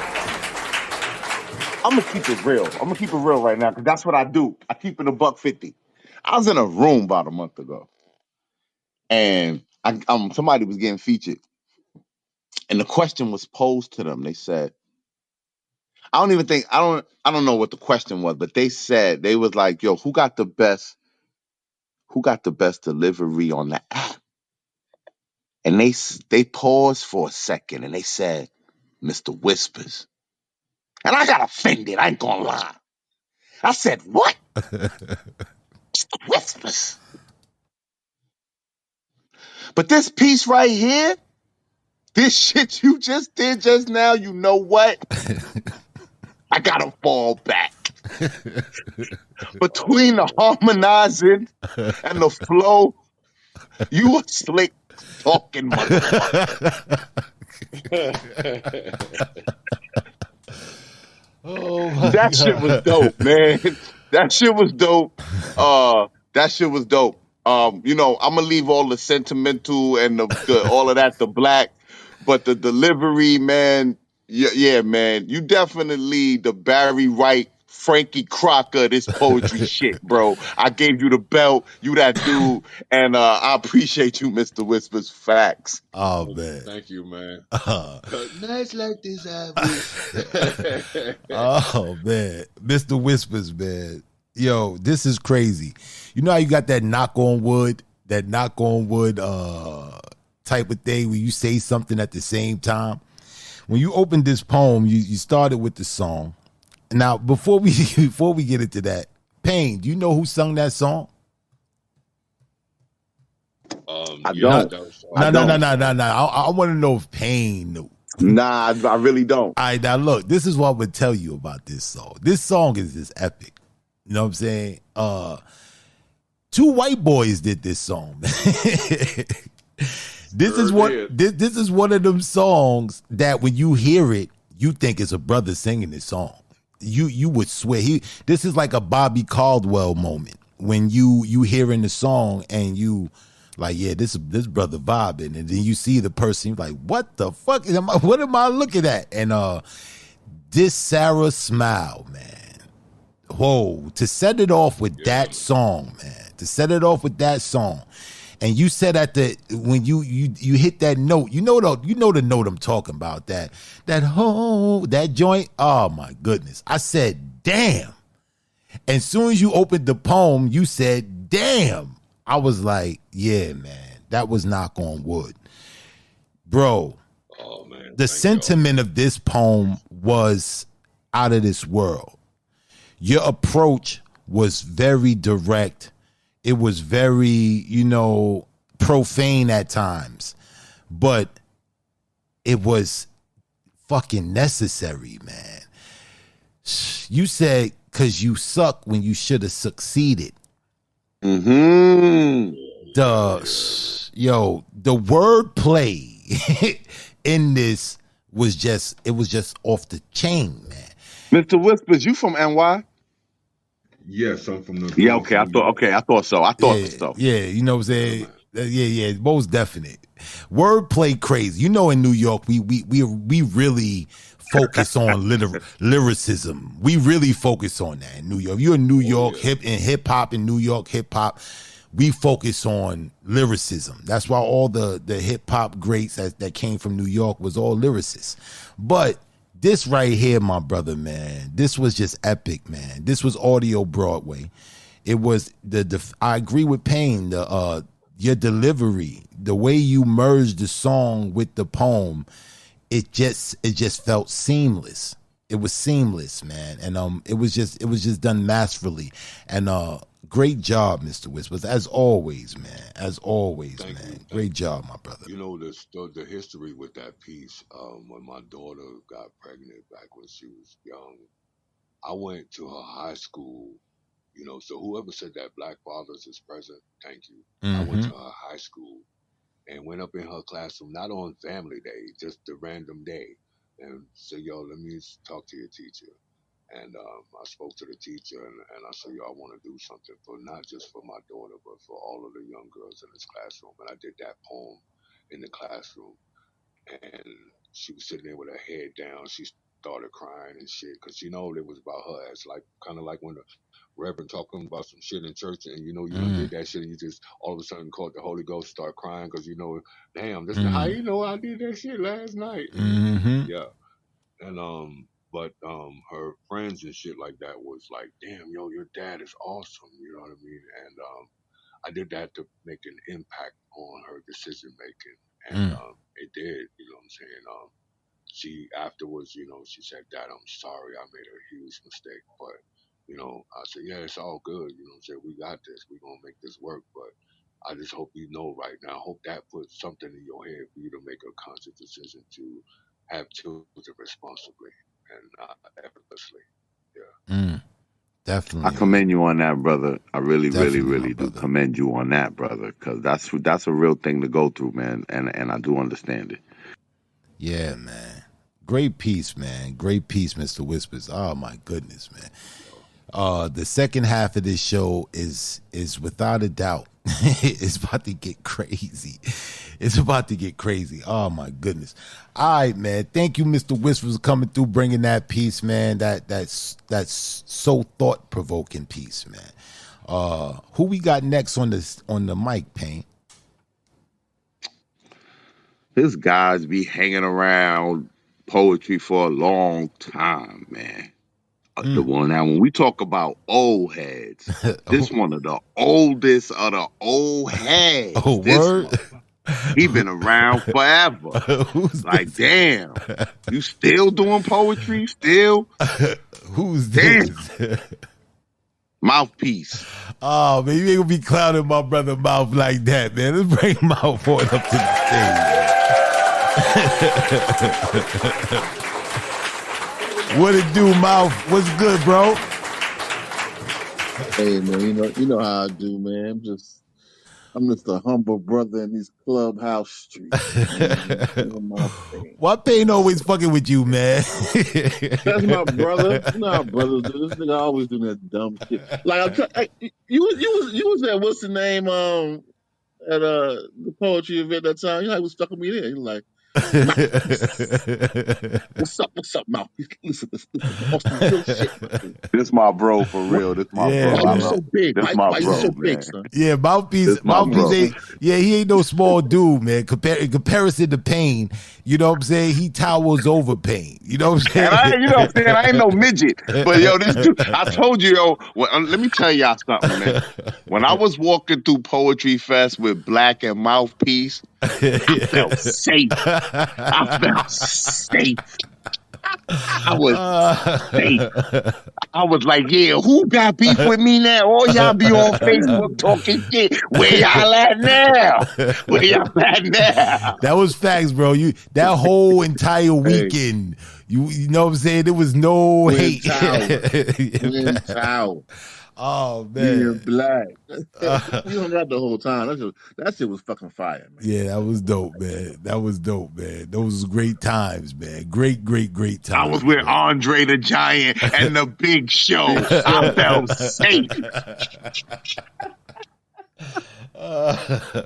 Oh shit. All right, Mouth, man. What you got for the people tonight, man? I know it's gonna be some fire, man. What you got, bro? I don't know, man. Y'all, but these cats been bringing some. I don't know if I can even look, Yo, man. I'm gonna listen, I try. was at your feature too, bro. I was at your feature, man. You let it all hang out at the feature, man. You know what I'm saying? You told at the feature, man, you know what I'm saying? You unveiled there's many depths to Mouthpiece. You know what I'm saying? So we know you got the pieces. You can't be fronting no more like, yeah, man, I don't know what I'm gonna do. Nah, we know you got some heat, bro. Let's get it. All right, I got you. I got you. The name of this piece is called "Love the Way You Lie." This is the whole joint, though. It's really a collab with Red Dawn, she's a part of Wolf Owl's Erica Taylor, but I'm just gonna do my part. So just sit back and enjoy the ride. A heart is a house for love, and I've learned that it don't take much to break a heart. Is a house for love, and I've learned that it don't take much to build it up. Will tomorrow ever come? Imprisoned in the yesterdays of never was, rioting in my cell, biding time in the quiet of my hell until this day is won. I'm listening for your heartbeat. My murderous truth was the defeat of your trust in me. All the while, you loved the way I lie and paid it everything, costing you 100 smiles, but the truth is free. Though scary at times, I sit and stare into forever's eyes, wondering, how long will you wait? Pondering, you say your scars are confidential? Well, this pain of loves will be superficial if I continue to lie to you. My heart is an abandoned building, and inside is a tiny room with no windows where I cry to you. Oh, man.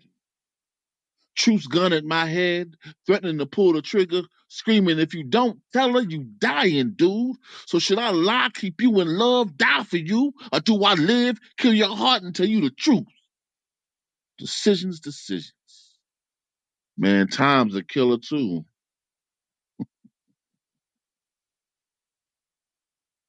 Man, time's a killer, too. It's crazy. You love the way I lie out loud as fuck, but silently it's killing you. I can't help but reminisce, capturing the passion of your kiss, tasting it on your lips, strumming your heartstrings, playing our favorite song as our naked forms dance to it. You love the way I lie. This mission is impossible. The chance of success isn't even possible. But this line, what it's costing you, was weighing on my conscience beneath the surface of this lie. This love lies the truth, and today is what it's costing us. That glow is temporary, but the darkness that comes after will leave a host of casualties, enough to fill the battle riddled canvas of your heart, rip it to the core, beat it savagely. This whole idea of embracing this false truth is a messy illusion with no room for improvement, just raggedy. Don't get me wrong. I like eating too. Lying here with you, like Adam and Eve sleeping on the truth, chilling in cool shade, loving how we lie in the bed we made. The canopy is a barrier of canned bees that lies between what's real and what's fantasy. But damn, when I think of the possibilities of you and me, I'm tempted to think twice about this life we lead. I mean, can I get lost with you? Unravel the dream trapped within reality and this twisted truth? Our bodies pressed and tightly squeezed with no space between, just me and you. Baby, please. Are the words produced as I inject my truth, loving the way we lie, as I make love to you? Mouthpiece, what that mouth do? What flowers on iron sharpens iron? That's that man.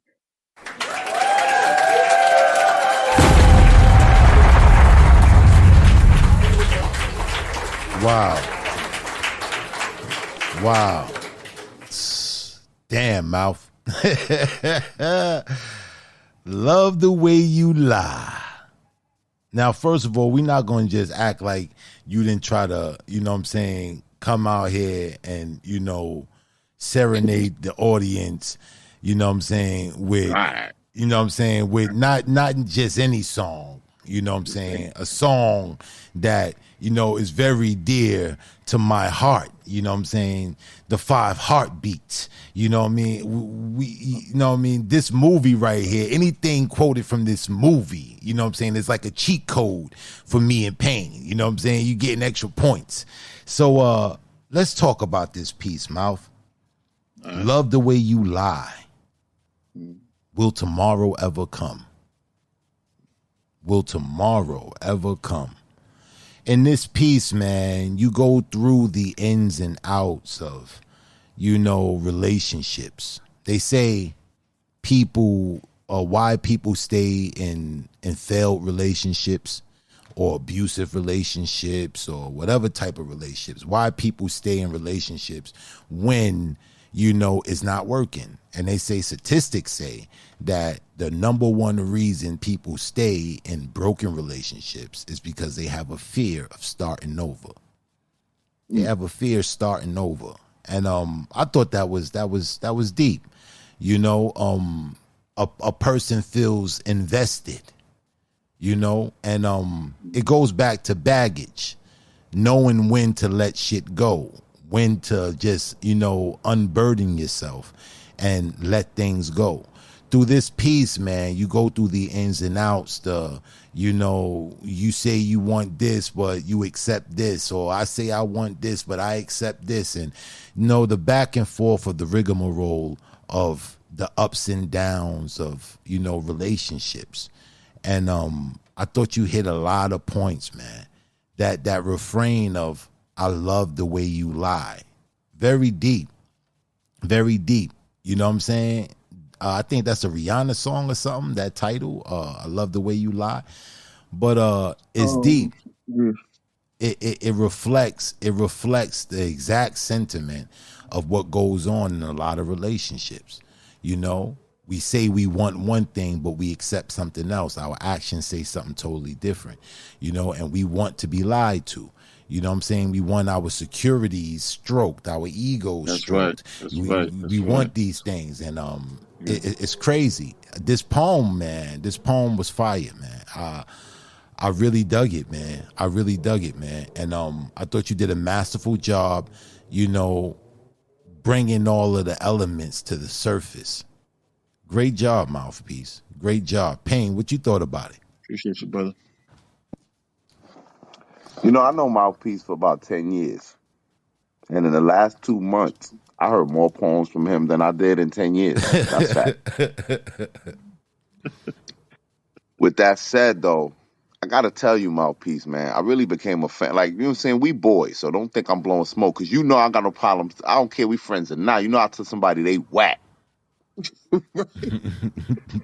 Facts. God damn. But I really became a fan of your shit all over again, man. Like, you just been coming out. I listened to the show just today. I listened to the show from last week, and I'm like, I didn't even know you had all of this shit in your arsenal, bro. Like, you really whack for being this, like, shy with your pen. I don't know how to word it, bro. You had a weekly show, bro. I used to be there every week. I never heard you spit all this fire you got, bro. This poem, this poem really had me. I'm no bullshit, because you know I fuck with you a lot. This poem really had me like, yo, this dude is dope. You're a dope ass artist, Mouthpiece. Song references in a poem can be corny if you don't know how to do it right. The way you strategically put the heartbeat song, and then you made the Rihanna reference, and everything about this poem was artistry, man. And like, you're dope, man. And I just want to tell you that. No bullshit. You're dope, man. And I appreciate you coming here, sharing your shit with us, man. I appreciate you.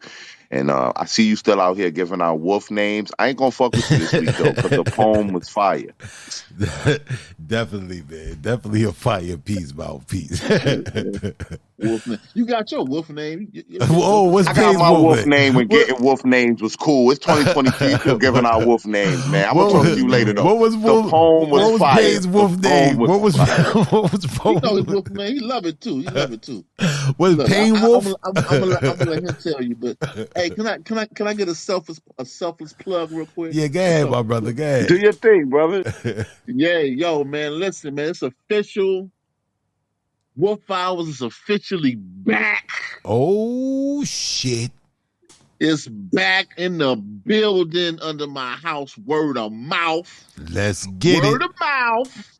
Let's So we get it. got Wolf Hours in the den, man. I got my co-host, Miss Boo down there. You know what I'm saying? Oh, this And about to be Candy, crazy. baby. This is about to be Yeah, crazy. Let's That's That's get gonna be it. dope. That's That's gonna gonna be be dope. crazy. It's about to be That's crazy. gonna be dope. That's gonna be dope.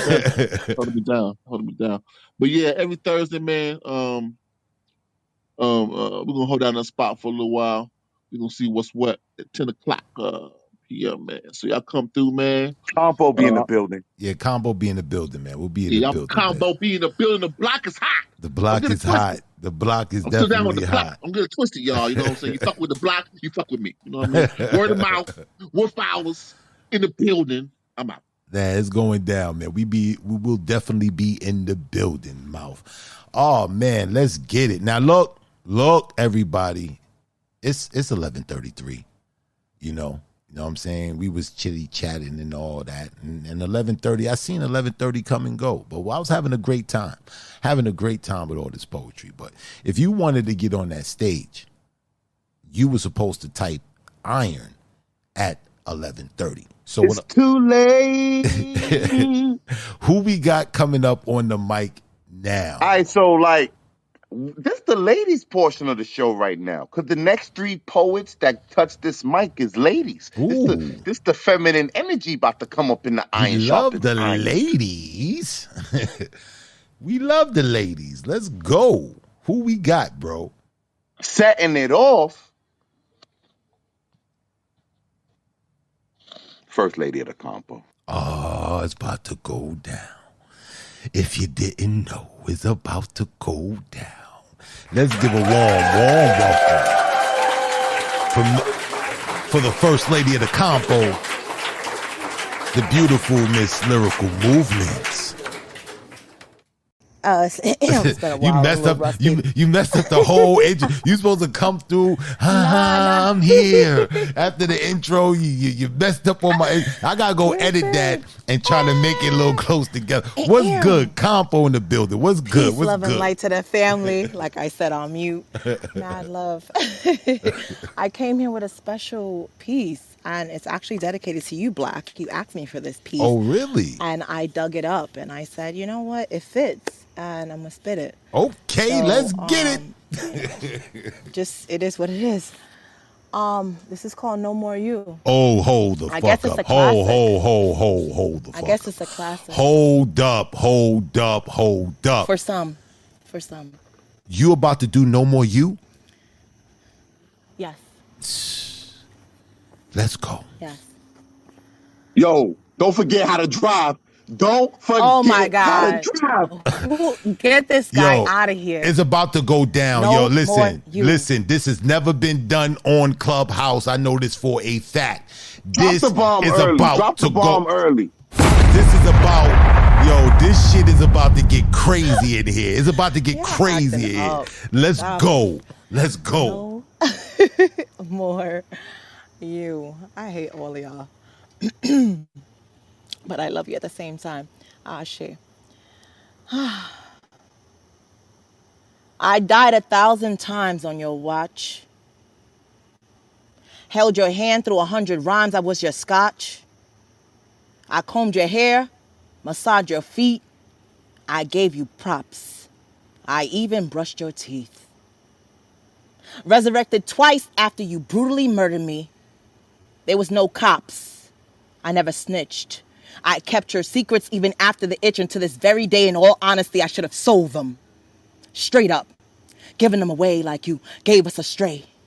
Bullets fly as I duck, I get high, trying to numb the pain, fresh out of luck, so I fly. As I pray for reincarnation, I am now a butterfly. So in flight, the lights were turned off. I plowed into the ground. Feels like I was hit by a dump truck and there was no sound. Crash, boom. Yeah, I let you, in retrospect. But while I was loving you, you fed me with blatant disrespect. How dare I hold on? True Scorpio blues. My memories are clear. I dare you to refuse. I held your head. Be a man for once. Tell the people how I let you use me till I was no more. Then I had to break down and you left me to die in a downpour. Drowning for a hand. Drowning for my man to acknowledge the mere fact that I was dead. Deceased by your hand. 15 cop killer bullets to the head. I was spitting up sand. Then came the fans. Still no peace to the dome. Ding dong, no one's home. That was the old me. Life was so cold and oh so lonely. No one to hold me. From the north to the east coast, dare me to boast until I limped off the road. Someone please call the Pope, please. Just hand me a rope. Here's my arm, just give me some dope. Here's my nose, lend me some coke, please. I'd gladly pay you back from Sunday to someday. Assassinated by the love of my life. Lulled to sleep, sure, right, I am the wife. Then he got the knife to finish me off. I saw him coming this time, so I turned my head. Scared of the pain, I ran for the hills and boom, boom, boom, in my back shot again. Then my blood trickled like rain. I watched you put the silencer on, pillows raised, and pow, pow, pow. Blood everywhere. Lyricals alone, I tried calling her on the phone, disconnected, out of zone. I thought I was protected. Time revealed foolish me, I was neglected. Try calling her again, please. There's something wrong. I can tell, I can feel, I can smell the blood. Stop recording. Kill the real. He keeps reloading. No more steel. Retreat, retreat. I can't feel my feet. Not in front of the little one. Shh, not a peep. Dear God, please, I am one of your sheep. Make me a bird so I can fly deep. Far, far, far away from here to the purple lilacs and red lilies I seep. I'll take anywhere, even South Philly I reek. In the dead of the night, stark naked, no peaks. Where the hustlers run the kites. I'll take the deep. I'll take the heat next time. You die in the life. Trust me, you sow what you reap. When your soul was weak, I would speak. Then you inherited the ungrateful gene, wondering in death what all this means. You considered me weak. Well, partner, you were wrong. I am strong. Courage is no vice. Loyal to the last day, but you, love, you needed the fast lane. I was your sunshine. To the contrary, you were my acidic rain. I gave you my heart, and brother, you gave me nothing but pain. Hard to get over, I will need 8 clovers, 15 horseshoes, a pot of gold, a memory wipe. Swipe, swipe, that was a close one. Whew! I rolled the dice before I blew. Then came the end. No more you. And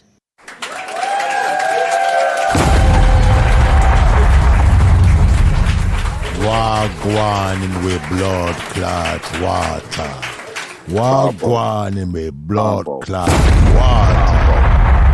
Combo. God damn. This piece right here is very, very, very sentimental to me. Because, you know, the compo, man, we traveled all over performing. And we had a particular performance, man, where you just particularly just left Earth with this performance. You know, I think one of our most epic performances, man. You know, this piece is it, man. It's so much, man. It's so much to unpack in this piece, but this is the piece of, you know, self-realization. You know, self-affirming, like enough is enough. This is the fucking straw that broke the camel's back. And it's just like when I hear this poem, I really, you know, it's like it's victory. You know, you see a person going through so much back and forth, ups and downs and things of that nature. And you see them finally, you know, defeat, you know, their demon. And this is what this is, man. This is a triumphant poem. It's so much pain in this poem, but at the end of the day, there's triumph. And I love this poem, man. This is one of my all-time dear pieces from you. And thank you for even bringing this is epic, man, because it's like you retired this piece, man. You never spit this piece on Clubhouse at all. And thank you for, digging in the crates and bringing that piece out, man. well, I want to say this. You're special enough, and I love you enough. And I said, once I found it, I've been actually practicing it because I'm actually going to be performing it soon. We have some stuff coming up, so I want to put y'all on. You know, I'm going to talk to you guys about some stuff. But I will be performing this, you know, live again. Man. And I'm bringing this back, and I'm bringing this back with a few other pieces that are really dear and true to me, and a few new pieces that are growing on me. You know, so I think a tour. I smell a tour. Oh man, you know how we smell do. a compo You tour. know how we do. And I've been in the lab. I've been doing a lot. I actually have some stuff coming out. I've been in the lab. So don't think I'm anywhere else. You know, sometimes you just got to go back to the lab. And I've been in the lab. That's right. So, and when I come out the lab, y'all gonna understand why I've been in the lab. That's right. Okay? They never But the seen you with your tour, lab coat on. I seen They you don't with your know me lab like coat. this. They don't know me like this. I It's know okay. what it looked like. You know, they don't know me. You know, they met me fun, you know, hair down, you know, ass in the wind. No pun intended. But it works. It fucking works. It fucking works. Gang, gang. But I'm here and I'm gone. And I love all of you. Mad love to the family. We Mad love you love to too. everybody. I see a lot of people in the chat. I'm gonna try to get back to. I wasn't really in the chat, but I just jumped in. Damn, I love everybody. And sometimes, you know, you just gotta reach out and touch people. And I know I don't do that enough. And I get, you know, I don't know what the status quo is right now, but I love everyone, you know. And when I leave to go to the lab. I be working on stuff, you know, because I can't really engage and do everything. You know, I do a lot in my real life. So sometimes I have to plug out. And when I plug back in, I have something. So That's I'm right. gonna have something real soon. And a few things. And the gods are here. They're working. I'm alive. That's right. You know, I'm smiling. You know, and I could complain, but why bother? You know what I'm saying? But the tour. So Payne, you know, Payne's the director, and Black, you're the composer, and all the other things that you do in the back. So y'all gotta hit the lab, and we gotta have a meeting. Oh, it's and on. do some things. It's so on. we're doing some things. Most definite. So I love y'all. And I'm out of Love here. you too, Peace. sis. Love you too, man. Oh man, it's crazy now. I'm in a different space right now, Pain. I'm in a different space, man. You know what I'm saying? How many years it's been since I heard No More You? Like, it's like, wow. Let's go, man. Who we got next on the mic, bro? What the list looking like? What's the list looking I like? told you. We in the feminine space right now. So we don't really need all your toxic masculinity right Okay, now. I All right, apologize. trying to I force me to tell desist. you. You know what I mean? I desist. Chill out. I'm walking my femininity, man. Let's All get right, we about to get it it. real. You know what I'm saying? We about to bask in that feminine energy right now. Let's get it. LM just came through and did her thing. Now, next on the mic is Dope Female. Oh, let's get it. Let's bring Dope Female on up to the stage.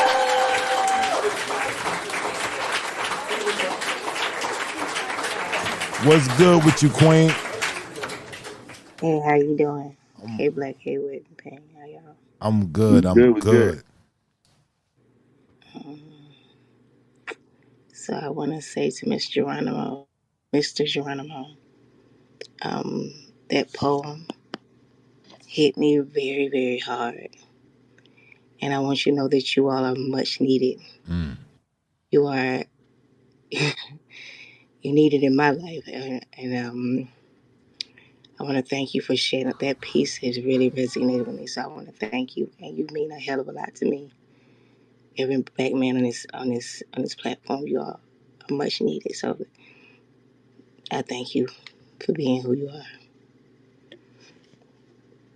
You see, I was stamped with the initials SSG. Now, those were the letters that shaped me into the beast that stands before you. See, I was born August 13th. Somewhere around, let's say 8:53, and I made an impression before I pressed in. One breath and I inhale. Shit. The doctors knew I was going to be hell because I bust into this bitch standing on both my feet. Yeah, I know she her daddy's child. And I think I heard that shit about 50 times, and as if each time was the first time I held my head up. And I stuck my fucking chest out, and baby, I smiled. Because you see, I was my daddy's sweet. And you fuck around if you want to, he'll make you a casualty over me. So I believe. In his eyes, I could do no wrong. You see, I was my daddy's sweet little love song. Y'all, this man's voice was nothing short of a melodic sound. He was smooth with his shit. You fuck around and you'll start grooving to his shit.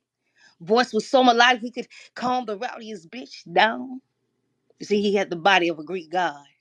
And he was the only man that could stand before me and have my heart, and I never wanted to disappoint him. So I tried my fucking best to be just like him.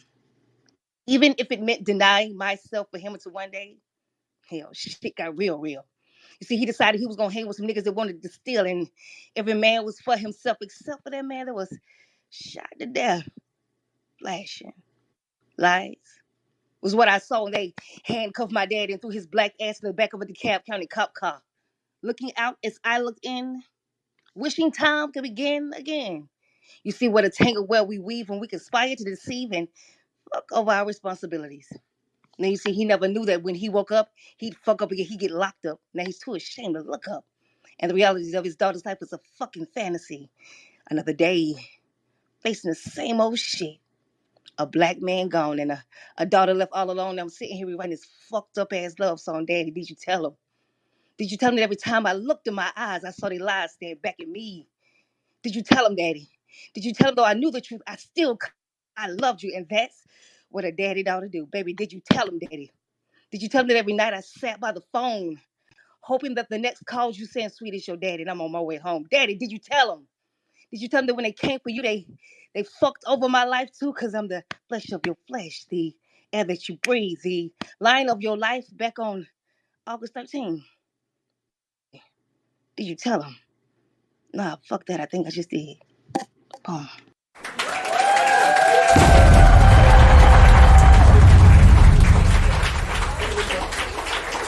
Wow. Wow. Oh man, Dope Female, man. This poem, you know, I love this poem. I've heard you spit this poem before this. And that refrain of "Daddy, did you tell him?"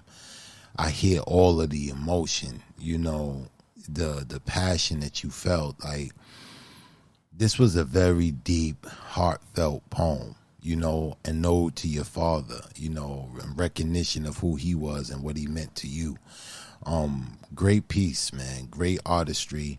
The delivery on this, man. I'm gonna let Payne talk about that. Man, it was full of passion. It was full of, emotion. And great poem. Great poem. Payne, what you thought about it? I've heard you perform this poem before. You never disappoint, you never slack on the delivery of this poem. It always resonates the same. You always are passionate about this piece. Which lets me know that you're connected to it, because you don't have no problem popping into that space when you do this poem. Like I said to Mouthpiece, a strategically placed song reference, if it's done right, is real dope. You did the flashing lights when you did it, and where you placed it at in the poem. I dug that part. I really like, that's one of my favorite parts of that poem. Just in terms of just in your delivery of it. Dope female. Yep. I don't know what to say about this piece besides it's an epic poem of yours in your catalog, and I appreciate you coming through with it. I appreciate it. I'm thinking men or fathers are given the gratitude and the representation that they deserve. I am my dad's daughter, and I am a, a representation and a fan of his, and I think that you all need to be represented a hell of a lot more. I agree with you so That's much, very sister. important. So, I agree with you okay. so much, man. I mean, it was epic, and it needs to be heard, in spite of what's going on today, because it's obvious to me that it's deliberate. It's deliberate that we tear the black man down, to develop some form of disdain, our women to form some type of disdain for the black man, whereas we'll stay away and they'll stay away from us. And nothing is getting done like that. Great poem, great sentiment. And I applaud you for coming through, having the courage to like let us in, or feeling it safe enough to let us in on that part of your life and that emotion. Great job, dope female. I appreciate it. Thank you so much. Most definite. All right, Payne. We walking in this energy. This feminine energy is representing. Is representing, brother. Representing. Who we got next in this feminine train? Next on the mic is Candy Baby. Oh, let's get it. Bring Candy Baby on up to the stage. Happy Saturday. Thank you, Queen. Appreciate you. What's good with you, sis? I'm what's good with me, of course, and then everything else around me. Talk that shit. That's what I'm talking about. So what's good with you? What you got? What you got for the people tonight? I am gonna perform a piece called "Any Solace for the." Is there any solace for the soulless? And a lot of people on this stage heard it already, but it's okay. Act like it's y'all first time hearing it again. Okay. Okay, let's get it. You said any solace? Solace, yes, for the soulless. Any solace for the soulless. Is there any solace for the soulless? Ride for me. All my real niggas ride for me. My real niggas be menace in the streets, decrease the peace, fuck, stand it down. I want my real ones to ride for me. Body to body that body me, pour out a little crown, hit the weed a little harder. Front lines to the ops, faces, distant memories, faces placed on t-shirts, he forced my legacy. Real street soldier feet work, overpopulate graveyard, protest streets with ARs and machetes, till all them niggas carry by six. Internal blasphemy, keep blasting for me. Funeral drops blow wigs off, no empathy for the enemy, even if he kin me. Blood hate is passed on continuously. Is there any solace for the soulless? Never ending wars fought on these battlegrounds. One casualty, not the cause of war. Television showed y'all one, neighborhood counted four. And that's the coroner's count on my block this week. G's fall, no compassion. When we puppets of the masters, the massacre has been televised. Fuck the police, serve hood justice with just us. Demon time, gremlin time, animals unleash, inflict pain, never scared of the rain, of the systems that proclaim protection for the ones demonized and criticized. Is there any solace for the soulless? On the dead homies, I got your seed. Didn't fathom our pit fire meets would be so suddenly. Agonizing howls of a mother's cry, despairing voices of a lover's goodbye, the sullenness of yet another fatherless tribe. Grief paint the streets, finger twist, ignite endless beasts. Internal blasphemy, keep blaspheming for me. Funeral drops blow wigs off, no empathy for the enemy, even if he kin me. Blood hate is passed on continuously. Is there any solace for the soulless? Candy Baby. Thank you.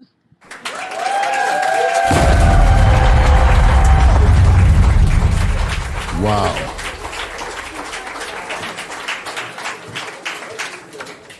Wow. Is there any solace for the soulless? That's a deep question. Should there be any solace for the soulless? Depends on what end you fighting from. I come from a family of gang members. There shouldn't be. For some of them. That's this poem, man. This poem got levels. The question itself, man, it just made me think. And then the subject matter. My goodness. This right here, man. You got those pieces, man. It's like you find those pieces that begs you to actually sit down and ponder. And I'm sitting there thinking about this title, man. I'm like, wow, man, this is deep. Is there any solace for the soulless? What makes us soulless? I mean, it's so many different directions you can go with this poem, man, and it's crazy. I thought you did a phenomenal job in delivery. Wordplay was crazy. But the question of this poem, man, is just off the chain. It's something that I'm gonna think about. This is crazy. It's profound, sis, for real. Payne, what you thought about it? Man, it touched me. It touched me because it made me think about a Tupac verse. Tupac's in a song. He said, "My family tree consists of drug dealers, thugs, and killers." You know what I'm saying? And man, this has so much. A lot of people. This not for everybody. This piece not for everybody. But those who know, they know. You know what I'm saying? And is there solace for the soulless? That's just, that's a poem within a poem. You know what I'm saying? Like Facts. you could. Facts. Oh man. Yeah, you just got nominated. Black ain't say it, I'm gonna say it. You got a strong nomination from me, and I appreciate you coming through with that, Candy Baby. Well, thank you guys for having me on your stage. I really appreciate it. Enjoy the rest of your Saturday. Most of we looking forward to this new room with Wolf Hour coming back. This is gonna be epic. Yeah, man. We anticipating this, man. When is this starting? Next Thursday? This Thursday, and please come through, support Most me, and y'all know what definite. I'm gonna call him, my man, my man, my man. Okay? Most definitely. We gonna come through, man. We definitely gonna come through. Oh man. Can't wait. Let's go. Payne. How this Yes, winding down, man? How this is winding down? Because this was the feminine train you was talking about, man. And the feminine train took us, like whoa. Like, it wasn't no butterflies and rainbows. I tell you that. You know what I'm saying? That's So, facts.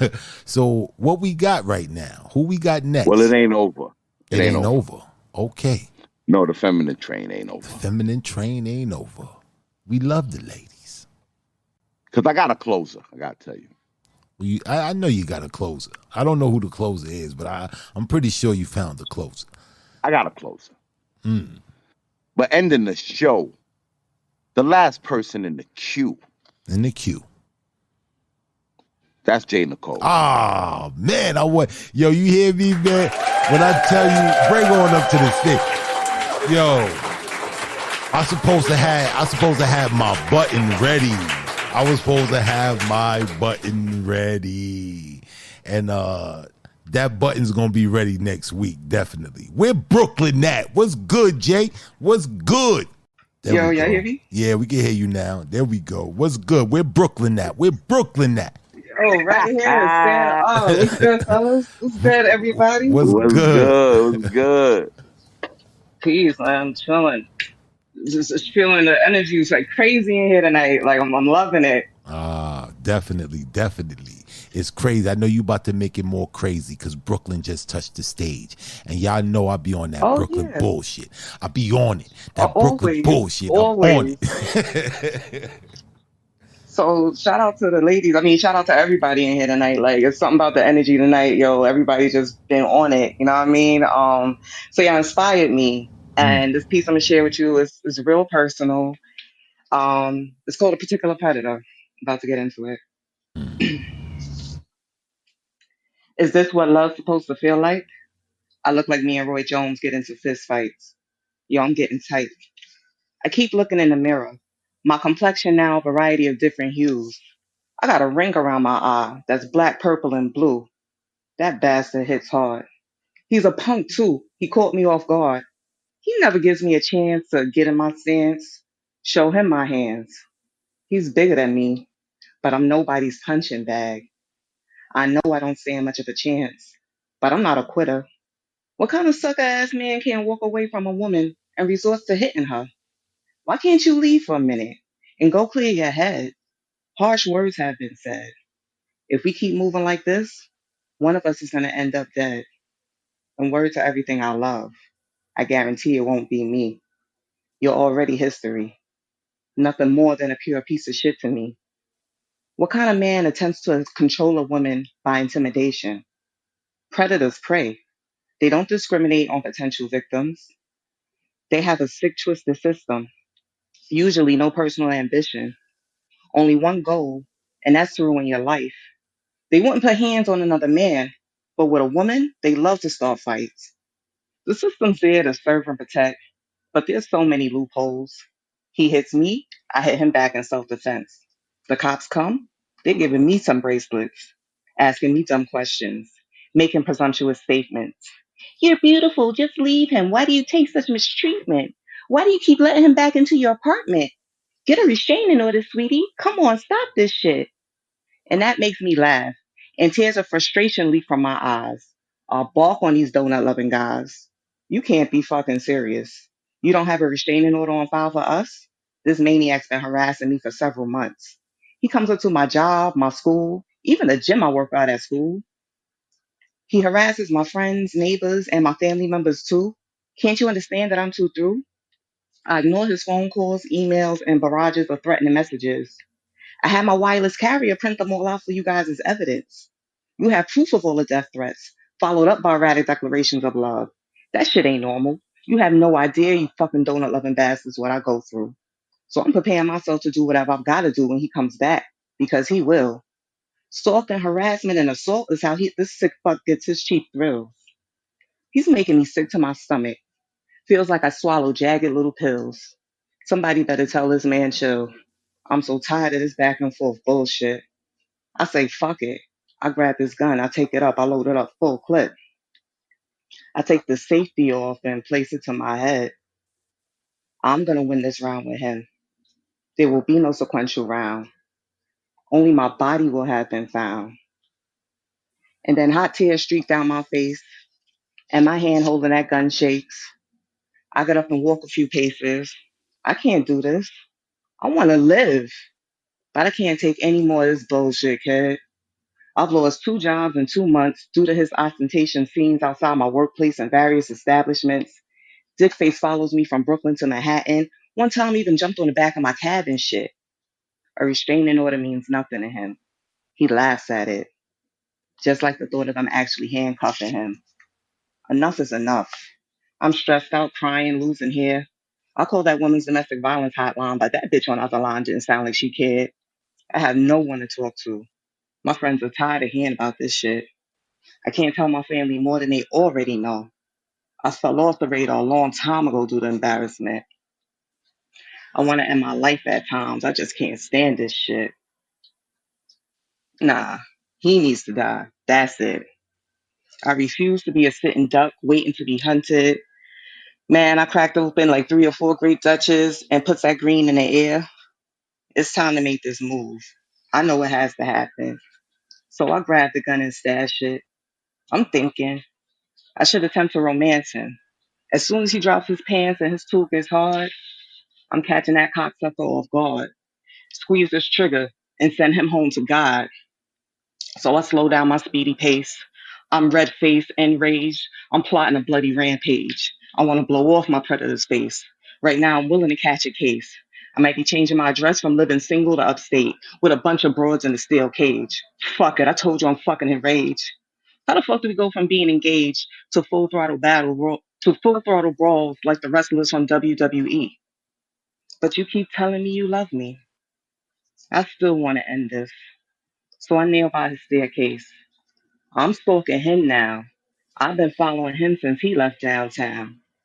That dickface is climbing his stairs, singing quite carefree. He has no idea he's dying tonight. I've come to take his life. He's taken so much of mine. There's the fights, the stalking, the fucking hospital visits, and the bruises. He's a predator. He preys on me something ruthless. I'm gonna do this. I'm gonna shoot him. Yo, he's coming back out. I backed that ass down in the front of his house. His eyes stretched widely, full of surprise. So I asked him like he asked me that last time. Motherfucker, do you want to die?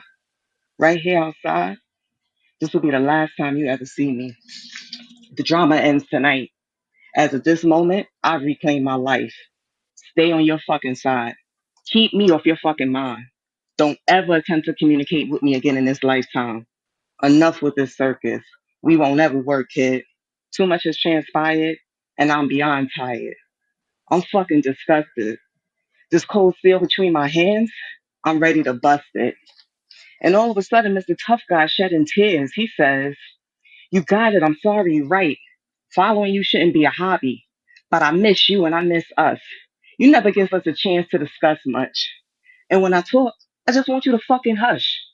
You get me mad. We fight. Next thing I know, I'm running from handcuffs. Besides, I thought you liked it rough. You get me mad telling your peoples we done, but we still do us. You made me like this. It all started when we first kissed. I declared you mine in this lifetime. And damn, I know you're fine, but you're mine. Translation, no contact with other guys. And I don't give a fuck if they're related. And hell no, you better not get texts or phone calls from men you formerly dated. You and I, till the day we die, that's fated. And I know what you think. I read the restraining order. I never even really hit you that hard. And I didn't mean to rip out your belly button piercing, but so what? You hit me in the face with your engagement ring. I apologize. I was mad. I know my behavior was drastic, but bitch, do you have to be so over dramatic? Besides, you look beautiful still when you cry.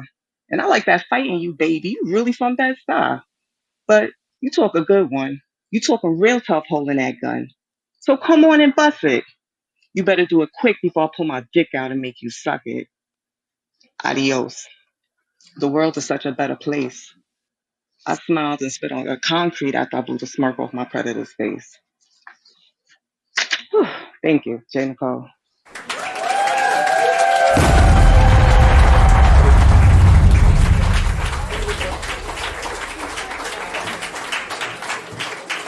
Uh, J. Nicole, that piece felt like exhale. You know what I mean? And I know that there's a plethora of people who that piece resonate with and can understand.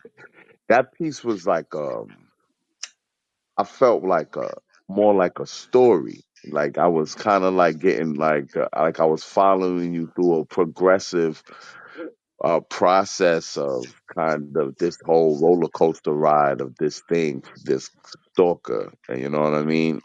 Hell yeah. Yeah, and I got the storytelling aspect of this poem. I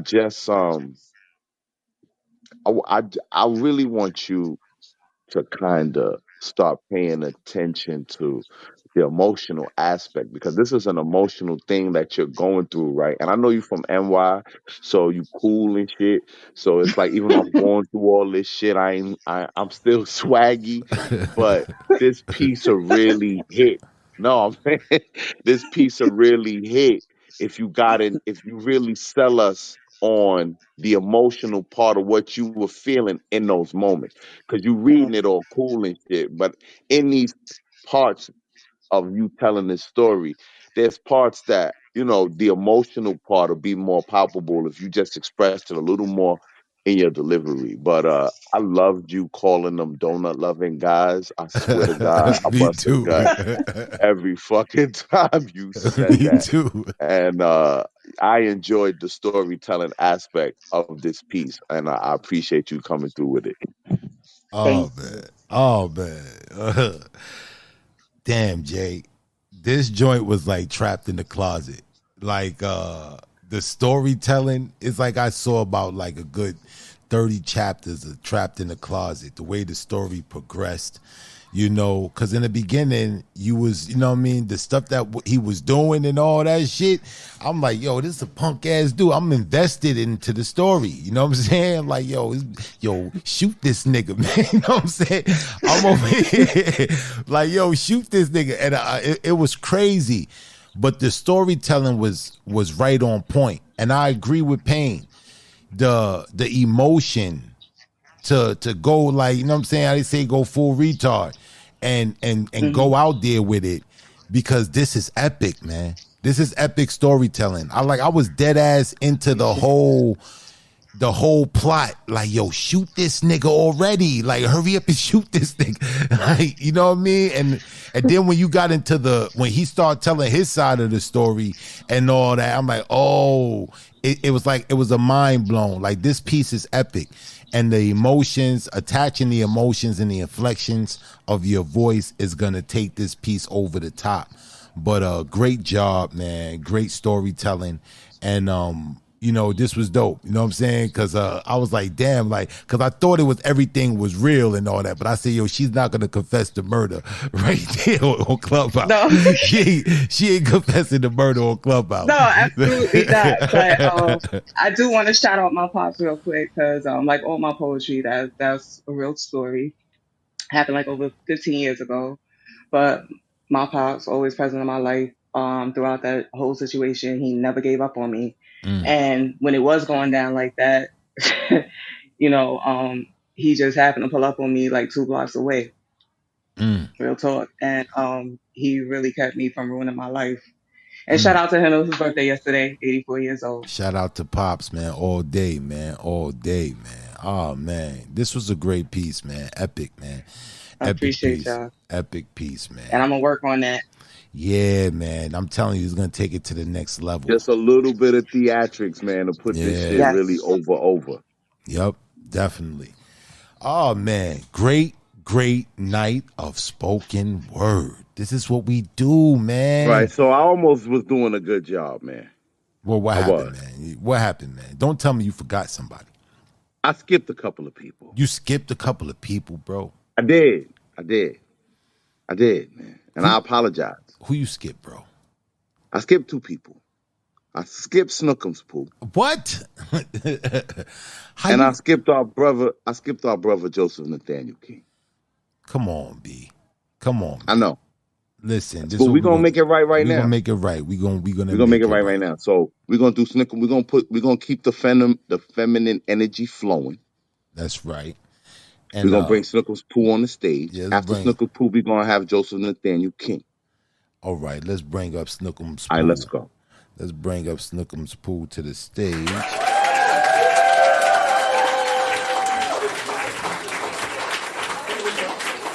Yeah, Snookums Pooh. I apologize for my blind cohort over here, man. No Forgetting worries, people, man. and it's okay.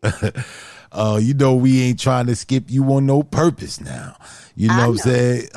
You got the stage, Queen. Let's go. I seen you over there too. I'm like, yo, why Snookums Pooh ain't go put iron in the chat and my blind Mr. Magoo over here, man. It is what it is, man. And somebody Listen, else got skipped too, man. yeah, Somebody else man, got that's my skipped. bro. That's my bro. No, I ain't talking about Joseph. Joseph got skipped, but Sunshine got skipped too. So we gonna put Sunshine in that Oh, I had sun. No, Sunshine was. I had Sunshine, but Snuggles Pooh and Joseph Nathaniel King got skipped. Oh, all right. So Snuggums Pooh, you got the stage, Queen. Do your thing, sis. Okay, thank you. Thank you for the love. Hello to the room. Um, I am going to entertain you with, hopefully, entertain you with an emotional piece, a dramatic piece.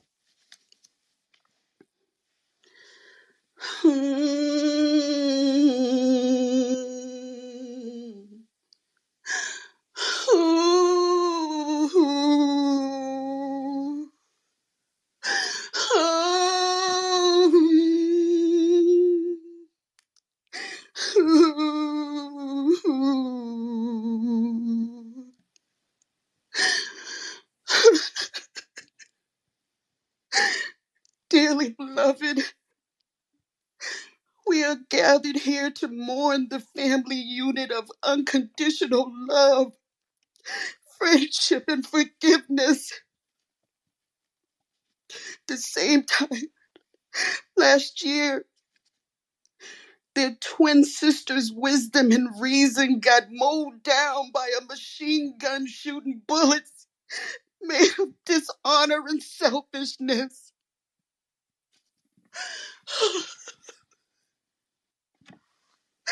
Mothers kept from their grandchildren for no reason other than spite.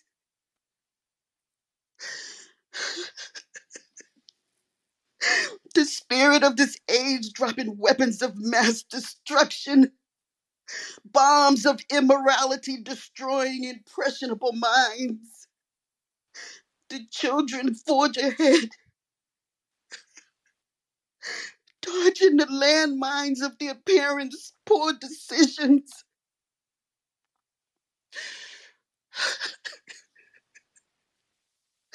My husband had a stroke 4 months ago. I was cussed out over the phone from family while we were still in the ER at the hospital. Please, somebody tell me, where did the love go? Was it ever there? I haven't heard from them since I haven't heard from them since. So I really can't tell.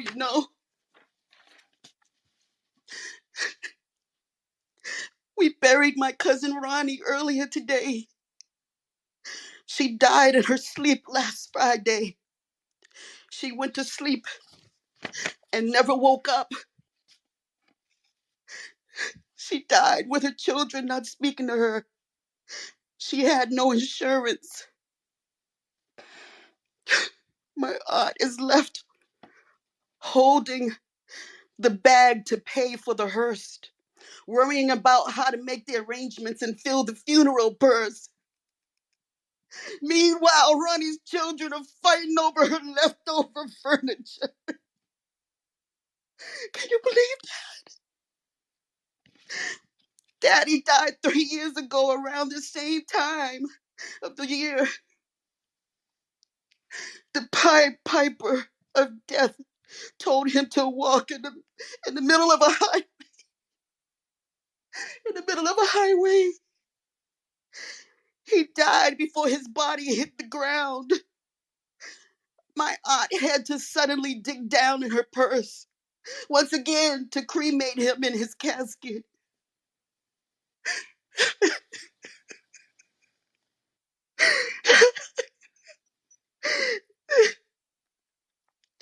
Imitation of life intrigues me. I was in the audience watching the movie. Now, the movie feels like a prophecy. Is my daughter going to be her daughter? Is the unappreciated mother going to be me? Is it going to be me?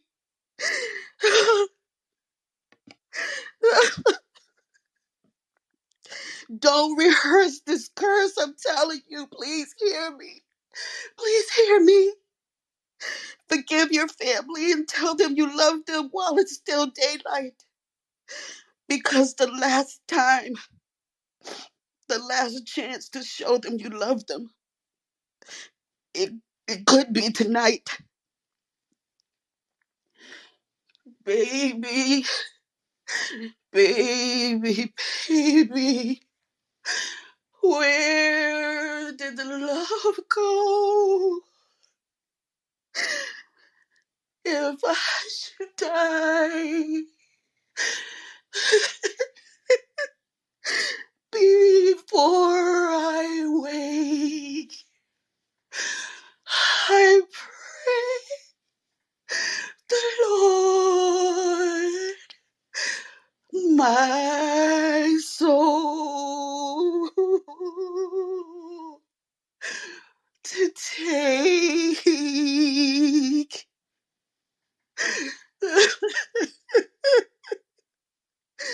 That's that snot running down your face, tears piercing your heart like acid, spit.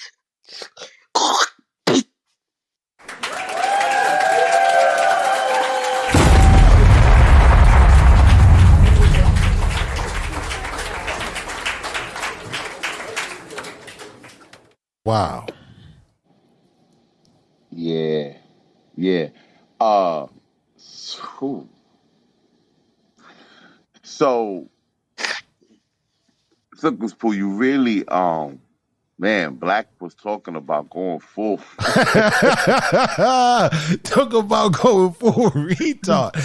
Whoa. Yo, man, man, man, you went all. Let me tell you something about dedication to emotion to a piece. This is exactly what this was, Snuggles Pooh. And I appreciate you having that emotional dedication to this piece. I appreciate your transparency and your ability to do that because everybody don't have the ability to do what you just did with this piece. And yeah, thank you. Thank you for coming through and sharing this with us. Yeah, man. Black. Yeah, that was epic. It was reminiscent of a monologue. You know, it's like I was watching that. And I'm listening to it. It's like I was watching it. Great commitment, Snugglespool. Great commitment. That was epic. Epic commitment. Like you didn't slack in one, not one iota did you slack in the commitment throughout the whole piece. That emotion, it just went through the entire piece, man. I thought you did a great job on that. Damn. Like I was stuck. I was stuck. You know, I thought it would subside. I thought the crying would subside, and it was just a intro. But you kept it up through the whole entire piece, and then when you did the song at the end, the cracking of the voice and singing the notes, all those different elements was points that hit, that really hit, that made this epic. Great job. Great job. Now, I want to ask real quick, very quickly, briefly, the inspiration behind this piece. Well, it all happened. Uh, my husband had a stroke 4 months ago, That's why I haven't been on Clubhouse that much. Been taking care of him and dealing with trying to make ends meet because he's not working, and um, got cussed out while I tried to call our children while I was in the emergency room. They flipped out on me. Haven't heard from him since. My father, the anniversary of his death was earlier this week, and my he had dementia, and he was walking down the highway in New York, multi highway, and he got killed by a car. He was Oh walking in the middle man. of the lane, and he was on the news. And then last Friday, my cousin, she went to sleep and never woke up. And she went to sleep with her children, not speaking to her, and she died suddenly, and they don't know what happened to her. And she didn't have no insurance. Everything I said was true. My Wow. daughter keeps my grandchildren from me, and I actually wrote this while I was in the room this evening when I heard a few pieces. I've been keeping to myself and isolating myself, and I really been holding it all in, and just wasn't Wow. inspired to really let it loose. And next week is my 60th birthday, and family ain't family, and it's just me and my husband. Like I said, he had a stroke, so just all of that bearing down on me just made Wow. me want to Oh say man. that. But I thank you for providing the space and making me feel safe enough to write it and share it. And I thank you. Oh man. Snuggles Pool, knowing the context behind that, it just changes everything. This is wow. You know, one thing after another, and it's just so hurtful. You know, I'm sorry about what you're going through right now. My condolences. But wow, that this knowing that this is coming from a real place, and this emotion that's just built up and pent up, it just gives it a whole new lens. And well, I applaud you for even having the courage to come out and do this. And we appreciate you for coming here and feeling safe enough to share it with us. We appreciate that. Definitely. Yeah, I mean, I did dramatize it too. I am an actress, but yeah, I We did have yeah real we see emotion. yeah we seen that you definitely you definitely went in on, you know what I'm saying, like this was an audition, you got the part, like for real, like everything was right there on point. And it's like life be lifing. And the sentiment behind this poem, like call your family now. Like you never know when tomorrow, like tomorrow is not promised. I said in the earlier in the stanza of the poem that no one knows when that day will come that life will go, and we don't know. We don't know, and we got to cherish this time that we have with our loved ones. Cherish this time that we have with the people who we're close with, and let them know. You know, just let them know that you love them. Let them know that, because anything can happen. And that was a testimony right there, Snuggles Pool. I appreciate you coming through, sharing that with us, Queen. For real. Thank you. Definitely, sister. Whoa, that was heavy. That was it right there, Pain. All right. Now we gotta keep the feminine energy All right, but going. let me make a statement. You know, we closed the mic at 11:30. So if you pulled up after 11:30 and put iron in the chat, I do apologize. But we shut it down at 11:30 for a reason. Because as you see, we shut it down 11:30. It's already 12:30, and we still got a few more people on the mic. So I do apologize. Y'all know we here 9 p.m. Eastern Standard Time every Saturday. So, you know, please try to get in where you fit in, man. It's nothing personal, man. We love all of y'all, and we appreciate y'all. But it's just, you know, for us to be able to really focus on y'all poetry and shit, we got to have a window. We can't be here till 2 in the morning, because then I'm gonna just be lying. Like, yeah, it was dope. Next. Oh, yeah, that was fire. Next. And I don't want to do that. We don't want to do that. So, Definitely. uh, yeah. So, next on the mic is our brother from NY, Joseph Nathaniel King. All right, let's bring the brother on up to the stage.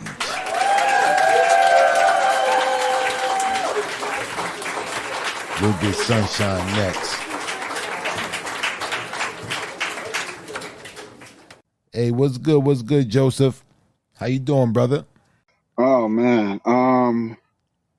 Wow. Uh that sister, she made me just want to pass the mic and let somebody else go.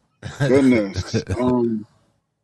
First of all, my condolences to you, your mind, your heart, and everything that you just like. Wow. Because the thing about it, I was gonna do a piece like that, and I was like, I can't go behind that, and I was like, wow. Um, but I'm gonna do it because I didn't write anything. So, oh my goodness. The mic is yours, bro. But yeah, man, I understand, man. That sister just laid it. It was a moment for pause, man. After that piece, so I do understand, bro. But the mic is yours, brother. Appreciate it. You ever have a time in your life where you are connected with a certain or people of groups when one think of thoughts and one is in the area and the other one is there before you even speak of it? They are there when you ask a question, they have an answer, and when you need, they provide. Hmm. What happens when that day when you make a phone call and no one answers, when you make a plan and no one responds, when you get there, there's no one there? Does that make your brain scramble? I mean, like Rubik's Cube type of unscrambling. And it's like, okay, let's get to this. You see, I was in a relationship and it was a brother sister type of relationship. You know, when you're young and they pick on you for looking a certain way, and then when you get older, the one that had your back out still tight. But everybody says, "Yo, did you smash? Yo, that you? Yo, what's going? Yo, can I get?" No. Then you look at this, when they look at you, you've been there, you protected me, you kept me. Anything that I go through, you go through. Anything that you need, I need. Anything that you have, I have. And anytime you need to talk, my ears are listening. So I'm traveling to go see my friend, my best friend, my sister. I don't need a key because she's expecting me, so I don't need to knock. I just walk in, right? And you had that little play thing. You're not there. You're hiding in the closet. You ran around, went outside, and came back around, and then 5 minutes later they show up. But this particular time, I went inside and I said, "Michelle, where you at? You hide, Michelle. What part you is? Cause you ain't in the house. You ain't under your bed. You're not hiding in the shower. Where are you?" So I look out the windows and see if I see any signs of Michelle. Michelle is not anywhere to be found. So I head back to the kitchen and I see a note and it says, to my brother, my best friend, everything that was supposed to be connected into, we naturally, said goodbye without saying goodbye. And so I begin to experience the first time that she said, "Don't let them get to you." When they don't let them bully you. You gotta don't let them think you're soft. And all that came scrambling through my mind like it was just yesterday. And I look around and I'm reading the note again and then I read the note again and I read it from the bottom because I wanted to believe that this is a poem that she wrote and it was just her personally saying goodbye, just saying goodbye. So I'm reading it. and I'll just read it, and it's going over and over again, and then everything in my brain and everything becomes dark. It becomes cold. It becomes silent. I can't speak.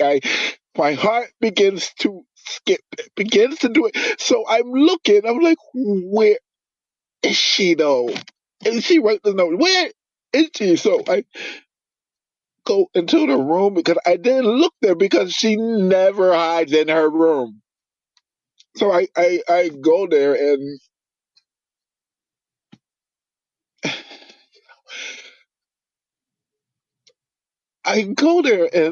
this is like laying on her bed, and the covers are covering her head. So I move back the covers, nothing, no air, no smirk, no giggle, no expression, no you felt me, no. So I I kiss her on the forehead, and I said, "Why did you lie to me? You told me that my thoughts are your thoughts, and when I listen, you hear, and and then you be there. But why couldn't you talk to me? Because this is not what I could expect from you. Because everything that you taught me, you." It's like you lied to me because I trusted that you would never do anything like this for me. Like, what could you have been going through that you couldn't wait for me to get here? Because I told you I was on my way. And I just pick her up and I wrap her arms around my neck and I just hold her, and I can't do nothing but hold her, and I can't even let go. And I just, I, I do. Do you like? Why did you? He can't believe that she done did this to me. I would never do this to you, but like this is the same thought that's lingering. It's just lingering. And peace.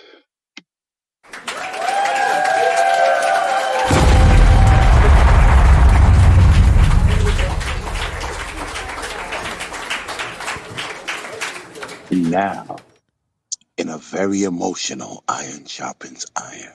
No, I'm just joking. You know what? You know what, J. King? You never slack on delivery.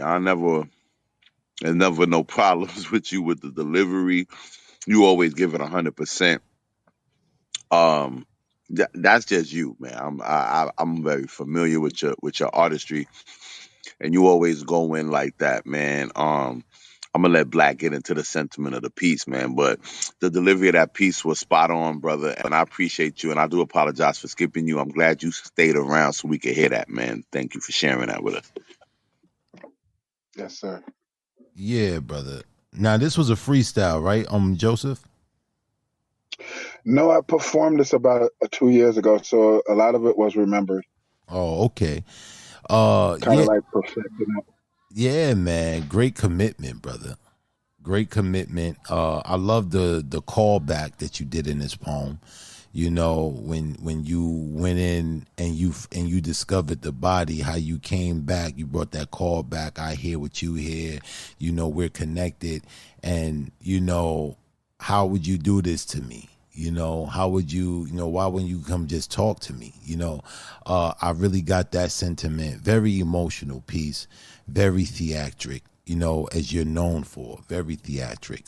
I thought you did a great job, my brother. You know what I'm saying? I thought you did a great job. You know, the commitment level was A1. You know, you went A1 with the commitment, and I thought it was a great poem, my brother. Amen. To God be all the glory. I after coming after that, I can't Yeah, even man. explain it The unexplainable. theatrics and came out. I feel like we on Juilliard with Juilliard. This is Juilliard. Iron sharpens iron. Presented by Juilliard. You know what I'm saying? And yeah, man, y'all bring in the theatrics, and it's beautiful, man. Because especially me and Payne, we both we both love bringing theatrics into the poetry. It's a beautiful marriage. It's a beautiful tool or device that you can use to wake a poem up, you know, or give it more depth and value. But great job, brother. Great job and great commitment. You know what I'm saying? You committed and you went all the way there with it. So yeah, man. All right. Now, because of Mr. Magoo over here, you know what I'm saying, we going overtime and we didn't mean to go to overtime. But, you know, my brother be missing. I don't know. Sometimes he be sipping. I don't know. But we back on track. And Oh wow, man! Like wow, like really. We're gonna name this show Under the Bus. under the bus. Sunshine, man. You know, I want to bring Sunshine on up to the stage. We'll bring Sunshine on up to the stage. Let's give a warm, warm welcome for the Queen. What's good, Queen? I was trying to get in early, but I had the experience of seeing my great niece for the first time, and she's the granddaughter to my oldest sister that passed due to COVID. So to yesterday and today, I just been on high, and my nephew came to get her, so I hurried up and jumped in, and I was like, "Oh shit, I don't think I got time to get in," but I'm glad I did. Oh, you good, Queen. I can't wait to hear what you got for us this tonight. Well, I'm gonna save the one about my father for next week, but this one mentions my father as well. The other one was kind of after this one, so I'm gonna let John and the Queen before let them reign with their pieces, and this one is a little bit like it, but it's not gonna take you all the way there. Okay. A beautiful mess. A beautiful mess ain't so beautiful when the thought of you not being able to handle the stress. Wanting to release what's been buried deep within, deep way beyond that sunshine of a grin, way below the skin. See, I come from polygamy beginnings to elder rearings by separation and later transitioning of my own umi, the incarceration of my father, and I'm still wanting somebody to love me for me. A beautiful mess ain't so beautiful when the thought of you not being able to handle the stress. See, my big brother saved us from a house fire. I was the cause of its start. That unfortunately later split us apart. Later serving me up to repeated molestation by an uncle from the age of 5. First time speaking against fear. Second reason I'm still alive. Feeling so unprotected for most of my life. Surviving on pure, true grit. To the blind eye, she too hard and definitely not anything a nigga wanna be with. Maybe they right. Still can't get my father to love me. Shit. Now ain't that a bitch? A beautiful mess ain't so beautiful when the thought of you not being able to handle the stress. Born you truth? This brother, man, the way he fucks me spiritually, releasing moans that translate to me calling him daddy, uncovering layers of me like an unraveling woven tapestry, fighting back emotionally tears of expiring fears, igniting unforeseen comfortabilities, a type of protection I've never knew I needed. Because of your own conspiracies, I continue to pause that tape to the soundtrack of the most into me. Cause a beautiful mess ain't so beautiful when the thought of you not being able to handle the stress. You see the way my heart and shell is weakened by your penetrating touch. My body naturally fits within yours like waves washed along the shore. They repaired me, craves this needing it daily. Yet you gave it so effortlessly during absences of confusion, when present, developing feelings of lucid dreams, trickery of fantasies. Do I deserve this? Is this really my present reality? Soaking it all up, still keeping it all locked in, refusing to apply pressure, any unnecessary pressure, selfishly refusing to forfeit my win. Yet, in the end, did I? Because a beautiful mess ain't so beautiful when the thought of you not being able to handle the stress of the mess known beautifully as me. Home.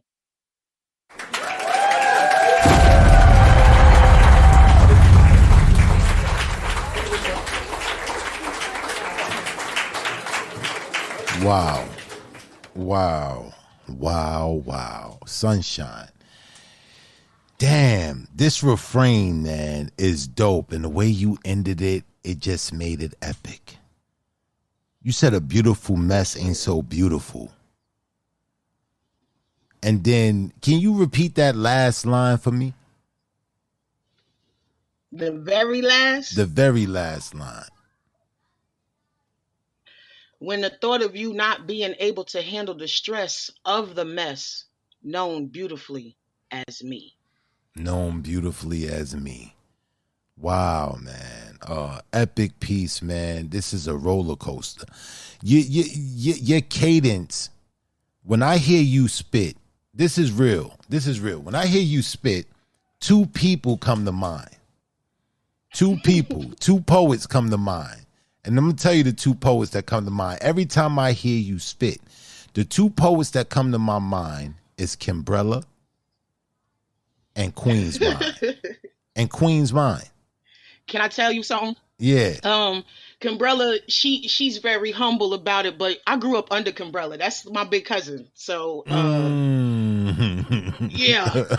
Yeah. Oh Yeah. man. So yeah, man, I'm right on point. Because every time I hear you, I was like, yo, she sounds like Kimbrella, man. she really Well, sounds like we from Rawway. That's Righteous Way, Prison City, 07065. You know, that's the culture. oh man. I catch it every time, man. I was like, because sometimes if I'm not looking at my if I'm not looking at my phone, and I was like, hold on, that's Kimbrella.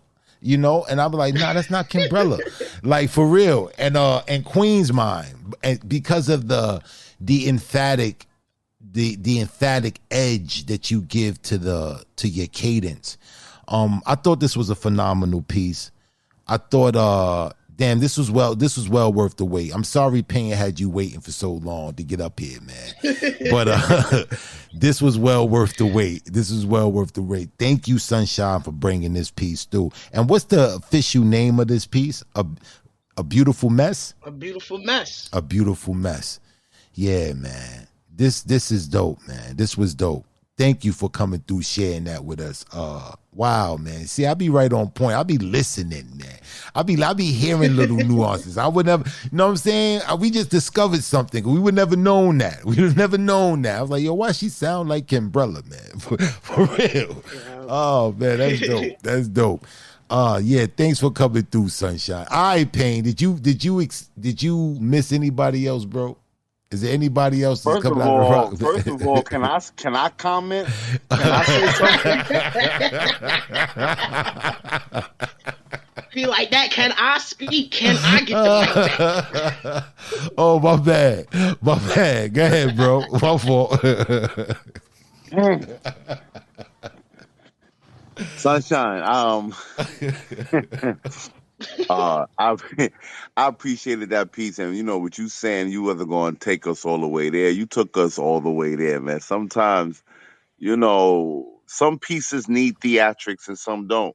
Sometimes it's there for you, and you don't need, it don't need that. I felt like their delivery of this piece was on point, and you did take me there. You took me exactly where you was trying to take me with this piece, and you was at Scott's show last night, and I was Yeah, listening to I you, and it was just co-moderate with like them. Yep. right, and I'm just like, yeah, man, I really appreciate what you bring to the art form, and um, unfortunately, this may be the way Black's been treating me tonight. This may be the last time I hear you No, on it this ain't. platform. No, it ain't. No, it Habib, ain't. Habib, Y'all stay doing this back and forth. This is what y'all do. This is Habib, part of it. This is part of Habib will y'all probably setup. be here. Habib will probably be here next week with y'all. But I appreciate, I appreciate you, Sunshine. Thank you so much for coming through. Yes, appreciate y'all for. allowing me to join in the space. Definitely, Queen. Definitely. Oh man. So all right, Pain. Are we at the closer now, or we still do we Yeah, feel? that's my. Here Oh, come my closer. okay, okay. I'm interested. My ears are up. Yeah, My ears is up, yeah. I'm anticipating a certain closer, But let's see if I'm right. I want to see if I'm right. Who is the closer? Closer is the all around queen, I mama on knew it. occasion. Let's go. Let's bring Mama O up to the stage. Only befitting the queen. Let's go. Let's go. All around queen. Hell, the gang's all here. Hell, the gang's all here. I am just elated. I'm loving it. I've been missing Lyrical. That's why I haven't been here. So haven't seen her. So I just kind of stayed laid back. I miss every damn thing. But tonight I got in to hear her, and heard all of the new people, and I'm just on cloud nine right now. So I kind of reinvented this piece because I'm so damn sick of Clarence Thomas and all this new buffoonery and Trump and all this bullshit and this craziness that we're facing with the weather and the heat and it's just overwhelming. It's like then Yes, my ma'am. then my daughter, they had some big event for her, and $150 a person. They didn't even come and get her mother. They didn't pay my granddaughter for speaking.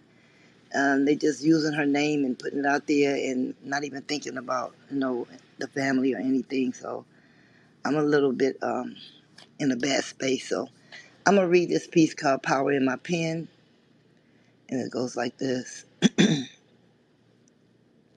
I have invented you, printed you, written you into my world. I have created you from the depths of my creative soul. I have created you with the power invested in my powerful pen. I have written you into character, written your character into existence, that is, and now you're here on the world stage, living and wandering throughout my universe. Why did I even think of you? All who wander here are supposed to lust after righteousness. I invented you in love. They must lust and thirst after love, but they wander in lust, wanderlust. They are not seeking knowledge. They're up to no good, no godly good. The more I teach them, the dumber I get. I found I am now dumbfounded. I cannot uncreate you. I should have blackened you out or erased you. Y'all who are never learning your parts breaks my heart. For I have invented you. I could have rephrased you. I could have phased you out with this powerful pen. I should have shuffled my tarot cards. Y'all who didn't stick to the script that I wrote. Your presentation has left us dumbstruck. I cannot uncreate you, get you out of my pen's DNA. I taught you how to tell a Jezebel, and their secret weapons is no secret.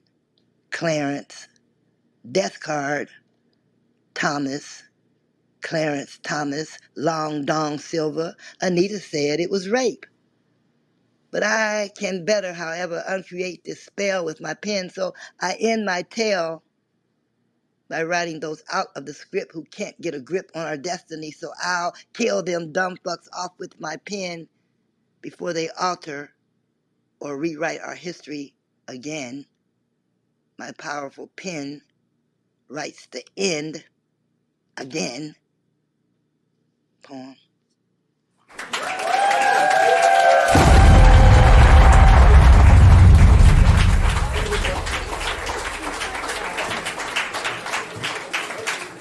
That's right. Only befitting the queen. And dope piece, mama. Just your subject matter. Your subject matter. You always bringing us, You always bringing us awareness about the shit that we don't even be thinking about. You know what I'm saying? And it's like, like, damn, man, like a griot should. We should be learning and benefiting from your presence. And always, you never disappoint. Every time you come, it's never superficial. You know what I'm saying? It's always a message behind what you give. And you always pouring out to us. And we really appreciate you, Mama O. For real, for real. Payne, what you thought about that? Um, Mama been doing this for a long time, bringing the news and like really, really reminding us all what's the reason why we supposed to do this. Uh, when you're talking about Clarence Thomas, there's a lot of people, there's a generation who might not even remember that whole Clarence Thomas, Anita Hill situation. But Mm-hmm. even when you brought it up, I just, even though it wasn't a funny subject matter, I chuckled to myself. I said to myself, like, damn, I'm getting old because that,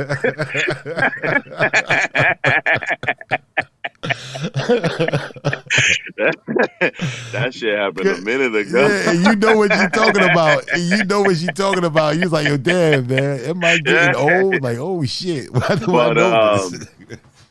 that's what poetry's supposed to do, man. We the story, we we keep the history, and I just appreciate that from you, Mama.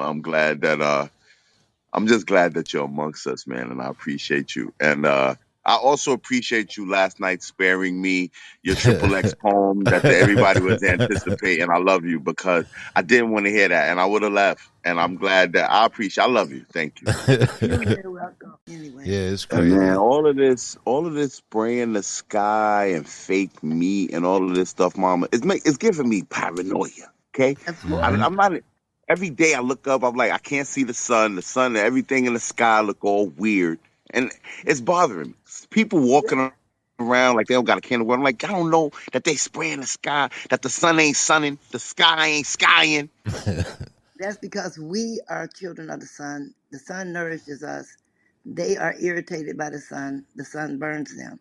And they are trying to control the environment so they can stay here on earth in peace and do all their stupid shit. But like I said, it's not the ones that we know, it's the ones we don't see that's following them. The dumb fucks are leaving me dumbstruck. Mm, great refrain. Oh man, what a great night of poetry, man. We want to thank you, Mama O, for coming through, blessing us, being the closer for the show. We want to thank everybody for coming out. From week to week, we come out and we commune together, man. We share our words, and iron sharpeth iron. Appreciate you guys for showing up every week, and pouring in to the platform, pouring in and being an inspiration for the people that's listening to this show from week to week. Thank you guys. Thank you for your artistry. Payne, you got anything to say to the people in the announcements? Yeah, I'm gonna say a few things. One, listen, man. Iron Sharpens Iron is a podcast. Listen, share with your family. You know what I'm saying? Share with your friends. Let them know. You know what I'm saying? Let them hear your poetry. I know family. A lot of times when it comes to us poets, family be the last in line to be, you know, Mm-hmm. whatever. But share the link. And yeah, and it's a good look for us, and it's a good look for you, and it's a good look for poetry. Also, don't forget that next week, the best poem of the night.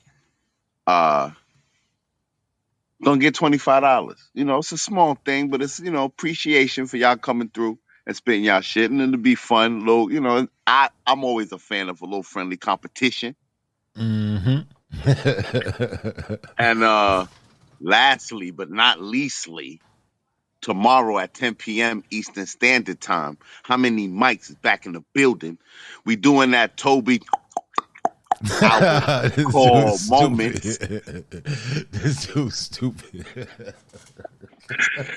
And yeah, make sure y'all, if y'all a fan of hip hop, y'all a fan of the combo. Just come through for that album review. We'll be doing that, man. We have fun over there. It's gonna be a late night show, so I'm pretty sure everyone will be alleviated. I hope not. I hope not. Anyway, I shouldn't have said that. Yeah, Black. So that's it. It's on you, bro.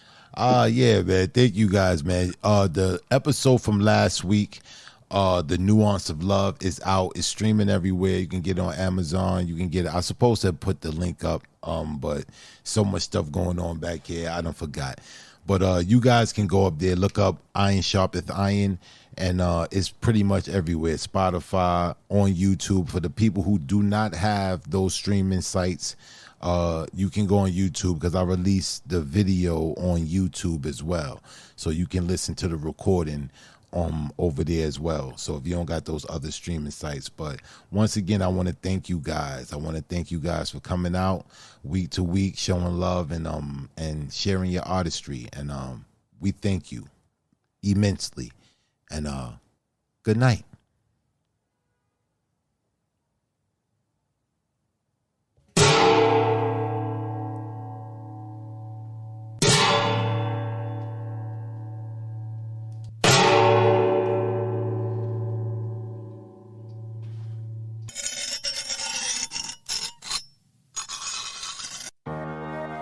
As iron sharpens iron, so one man sharpens another.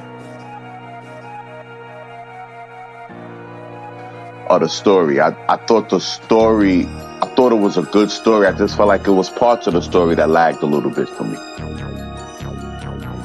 Your cadence, man, it captivated me. Me, it's just the sincerity in the piece. You know, I could feel that, and the emotion is always going to win me over when I can feel that it's real. So it was one of those pieces that, you know, where you're waking people up. You know what I'm saying? Bringing awareness. It was an awareness poem, and I really dug it, and I really dug the message behind it.